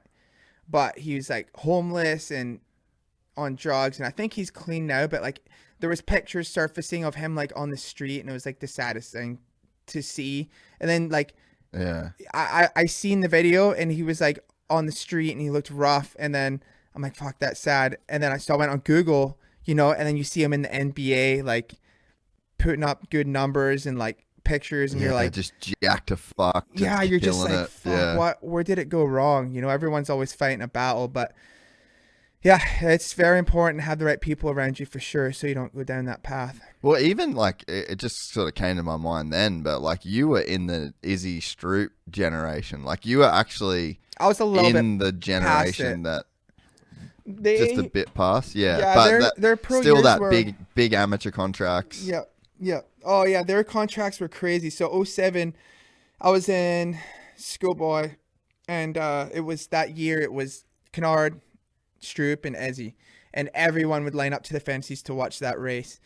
And those were the three big guys coming in, you know, and you know, it was a shame how that turned out for those guys, but yeah, it's you just can't get yourself wrapped up, you know, with the wrong crowd. And you know, I'm sure they both have learned their lesson and know now, but it's easy to do for sure. I've hung out with crowds that I know I shouldn't have been around, and thankfully I knew I shouldn't have been around that crowd and just quietly exited and carried on and focused. But some people have too much fun and they're partying or whatever, and it's just, hey, try some of this, you know, try some of that. Ooh, Yeah. and you're like, you try it. Oh fuck, that's kind of fun. That feels good. Next thing you know, you're going down that road. So it's very important to fucking have your head on straight and surround yourself with good people. And that's definitely something I would tell the young kids coming up is fucking have good friends that, you know, have goals and fucking want to succeed and not go down the wrong path, you know? Dude, it's so right. Like you look at that old saying, like you're the 5 people you surround yourself with, is so true. And I mean, I look at the group that I'm in, you know, it's like realistically it's me, my brother, and Sam. We've all got our own businesses. Yeah. We're all going hard. Yeah. And at no point do I ever just drop the ball and chill. Like there's just I got up at 6 o'clock this morning and I had like a bunch of work shit to do before I got here, and then I'm straight into this, and then it's the last thing I do at night. And I'm not trying to say I'm the fucking man, but it's like that feels normal to me because of the people that I'm around. Mm-hmm. Like it would be way easier for me to not do this if I had other examples in my life of people chilling. Like I just don't have people around me that are chilling. I don't really have people around me that are going down these like crazy bad paths, and then it sort of almost just feels like it's like a zero effort to stay on the right track. And dude, I had this thought recently, like I actually kind of know I'm a bit of a shithead. Like I'm kind of always down to do like kind of sketchy bad things. And I haven't really thought about it until like recently. I was hanging around with some dudes that like had never done anything bad, and I'm like, fuck, maybe I'm a bit of a shithead. Yeah. But it's like, I guess I never got to fully flex that muscle because of what you said. Like I've always just been around people that were like doing shit and like on a path, had some goals and worked for it, and like no one judges you or tells you that you're shit or like, because I think that's the thing, like people kind of, if they're down, they want to almost like keep you down in a sense. So like, you're right, man. Like it's about who you're around and like what their values are and like what they're kind of, how they're influencing your own story. Yeah, no, for sure. Totally agree. It's, yeah, I mean, there's like, me and Jason always kind of laugh about it because we're like, we kind of have some friends that are a great time. We love to go out and have a few drinks with them, but they won't hear from us during the race season. But when off season comes, we'll hit them up. Hey, what are you up to? You know what I mean? Because obviously that's not someone you want to be hanging around while you're in boot camp training. You know what I mean? But we still have some homies that are super cool, and they always keep it light and fun, and like it's funny to talk to them, and me and Jason are always laughing. But we definitely have some homies that like to send and but we gotta pick and choose when to hang with them.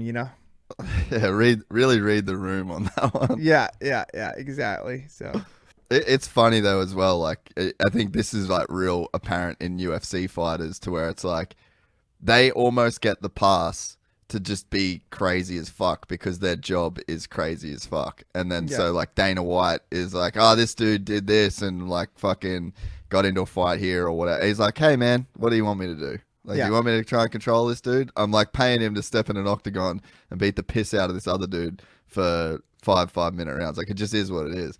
There's like almost an element of that in Supercross. Like, if you are prepared, like, I'm sorry, Jet Lawrence is a fucking psycho. Jason Anderson is a fucking psycho. Like, all of you guys are just psychopaths. Like, to go fifth gear into a set of whoops, do it for 20 laps. Like, the jumps are rutted, the rhythm sections are just insane, like down to the concrete. Like, nah, man, like you're not okay.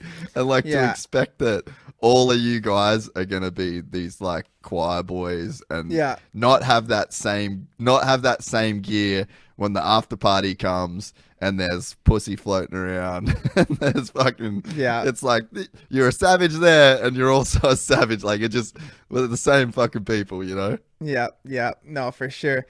That's one thing. Like, actually, when you brought up the main events and stuff, like with the ruts and stuff, that's one thing I wish the fans could see more of, because they're always sitting on the side, right? But some of them are sitting up tall so you can see.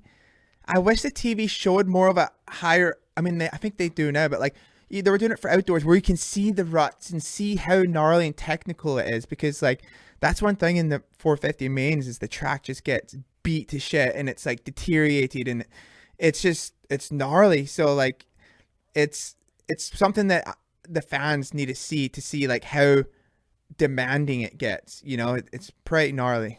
Dude, oh man, I completely agree. Like, I even said a few months ago, it's Casey Stoner's idea actually. Like, he fully believes that we should make like a Supercross specific tire. That's like maybe it's not one brand makes it, so it's like a spec tire, but it's like you've got the knobbies on the middle of the tire can only be X amount high. You've got to have X amount of knobbies on the tire itself, and they can't be more than a certain distance apart. And then maybe like the side knobs, you can have whatever. But the tracks now, it seems like they're getting so much gnarlier than they ever did before. And like, that's the thing where you don't want to nerf Supercross to where it's like you're rolling around and it's not gnarly. Like, it's kind of got to be gnarly, and it always will be gnarly. But there's got to be, it's like the same thing with the training thing. It's like, all right, there's got to be a point where it's like, this is semi-safe for people to do, especially when you're asking them to do it for 17 rounds in a row. No, it's like you kind of just brought up a point where I started laughing, was just like the bodies that got stacked in the whoops this year. Like, there was a round at A2 where literally they just needed a conveyor belt straight to the Alpine Star medic unit. Like, they just had to throw bodies on. There was a line to get on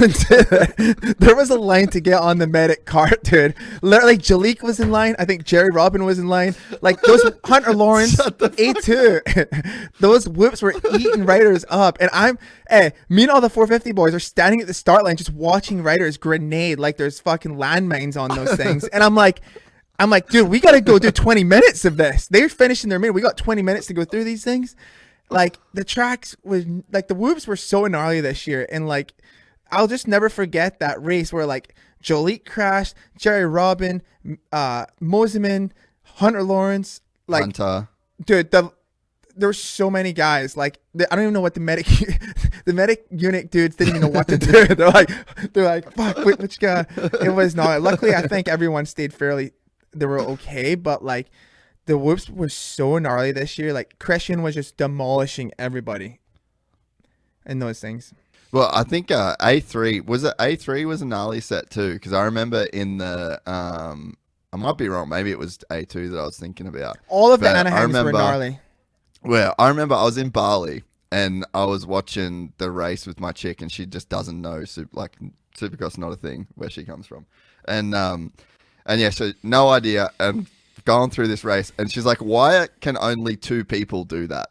and it was Eli and Ando were the only two people that were like actually like skimming Yeah. the whoops, and Yeah. she was just, it was so obvious to someone that's never watched a Supercross race that two people were only able to do this one thing, but there's 18 other guys out there, and it's like Jason literally won that race.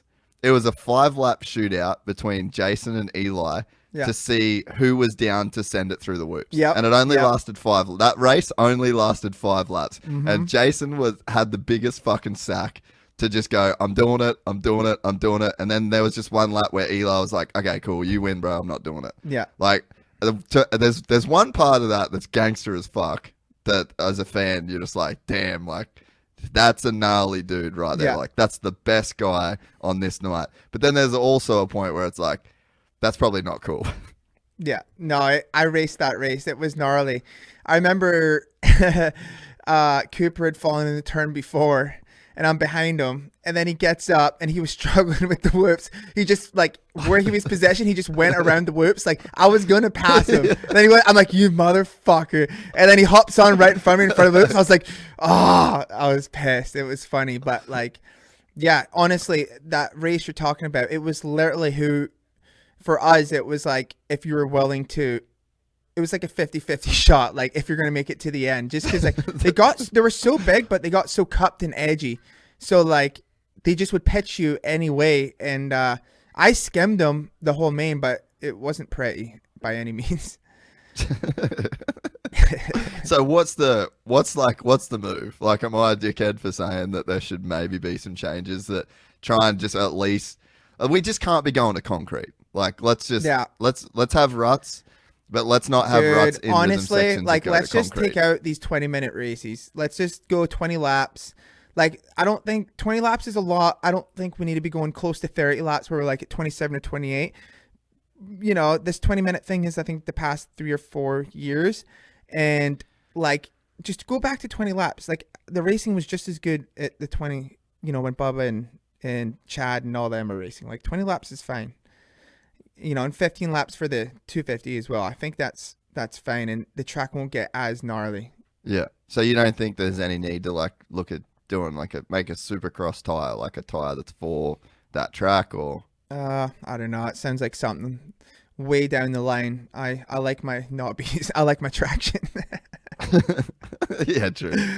I like my. Well, mate, I've kept you in here for a while. I don't know if you've got anywhere to be. I've loved chatting, man. I feel like we haven't got to. I know, it's been good. I've wanted to come on here for so long, but that Husky story with the knee was one thing that I wanted to tell that story, and I knew I couldn't tell it when I was still on Husky. So now that I'm off, I wanted to say that, how I had to go secretly get that surgery and stuff. It was pretty interesting, but I don't know. I just wanted to chat the shit with you, and it's been fun. Thanks for having me.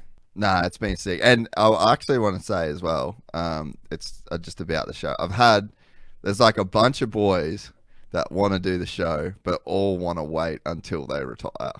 Oh, and really? It's like, it bums me out to a sense, because everyone's like, I love it, I love the show, but I just feel, I don't know what I've done to, like, get the rep that, like, you can't come on the show while you've got a fucking factory ride. But I don't know, part of me likes it because I guess you guys want to actually say that what's going on, but in the meantime I'm like, fuck, but I don't want you to retire. Like, I know, why can't I know, talk exactly. to you while you're still going? Exactly. It's just so easy to piss off the wrong people this day and age. And then it's a lot's changed. A lot's not so much in Supercross. I feel like it's always been kind of hard to speak your mind or say what you want to say because it's just so corporate. But, like, even just, like, in the world with this whole cancel culture shit, and, like, you just have to be so careful. You're walking on eggshells now with what you say and what you do. Like, dude, like, if you become super famous, you're done, because they're going to go on your Twitter or your Facebook and, like, go back to 2009. Like, I went back on my Instagram, like, way when I first started it, and I had to delete some shit. I'm like, holy fuck, that would not fly in this day and age.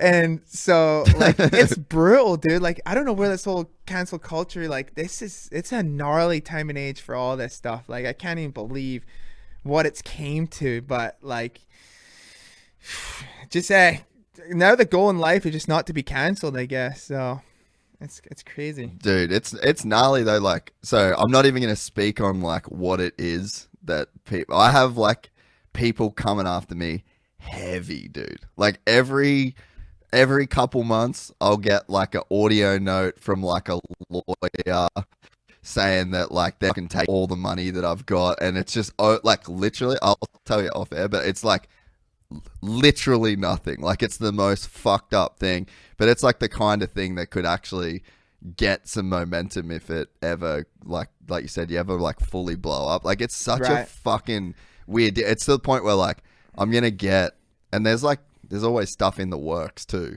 So you know, like you're always kind of playing downfield with different guests and shows and like things. So like, dude, it's literally in my head now of like, all right, I'm gonna hire like a fucking content lawyer that's like fully dialed with all this shit to just go and do exactly what you said. Just like go through everything that's ever been posted, like just pay money to fucking get that shit handled. You know what I mean? Because it's fucking crazy. The shit that people come after me for, I'm like, A, there's a bunch of people in front of me that you'd need to go after first for this to be real. But it's just like, it's fucking crazy, bro. Like people are like, oh, I see how many YouTube followers you've got. I really feel like I could get some good money out of you. We could ruin you. Like, but it's actually hectic the way that it all is now. No, it's insane. It wouldn't even be fun to be like that famous anymore. For one, you couldn't go to places. Two, you got people just out there trying to get you. You know what I mean? They're trying to find anything. They'll fucking hack into your phone, pull up your dick pics. No, I'm just kidding. Don't expose those ones. Fucking oh shit. But no. Hey, I didn't know I was gonna have a fucking podcast before I was doing that. Yeah, no, it's crazy. But yeah, I'm happy where I'm at. I don't want to be a famous person. Nah, dude, you think about like there's like levels to it, eh? Like even that's what, like you mentioned Top G. I'm an Andrew Tate fan. I like a lot of what he says. I feel like I'd see through a lot of the shit that people get upset at him for. It's literally he just speaks clickbait essentially. Like instead of clickbaiting a thumbnail and a title, he just speaks in clickbait. But it's like I fucking respect a lot of what he says, but then you see how hard he tried to get that famous, and now he is like insanely famous. But I wonder, if it's worth being that famous even. And I even wonder that with this, like, I'm like, fuck, dude, how big does this show get before it's like weird? And then you go, okay, that's actually, it's fucking too much. Well, I think Joe Rogan's the only one that really pulled off the whole got canceled, but pretty much said, no, I don't get fucking canceled. You know, like everyone loves Joe Rogan, and that was just some people out there trying to get him, you know? And it's like, Joe Rogan, dude, he's like the legend. He's the GOAT. And people just, they're just so dumb. But that's just how it is, you know? They're just always people out there to get you. Yeah, no, that's true, dude. Well, I love you, bro. It's been awesome to actually get to do this for the proper full in-studio deal, and it definitely won't be the last time we do it. Hopefully next year there's a studio in America. Me, you, and Ando would be fucking gold. Yeah, we did a little snippet of that at OzX a few years ago, but yeah, that'd be fun. Yeah, that'd be good. You boys are in a different position. We have, me and Ando have some stories that like we can't even say on a podcast, like some good just some good shit, but hey, those are gonna have to be for the campfire. Yeah. no, it's fine by me. Well, hey bro, I really appreciate it. Good luck this year too. We didn't really talk about too much of this year's shit, but I know you're gonna do good, and yeah, you'll have me and the rest of the Gypsy Gang cheering for you, bro. Thank you, mate. Thanks for having me, and thanks everybody for listening. If you enjoyed this content, please like and subscribe. And to listen to the full 3-hour podcast, search Gypsy Tales in your favorite podcast platform or click the link in the description below. Gypsy Gang.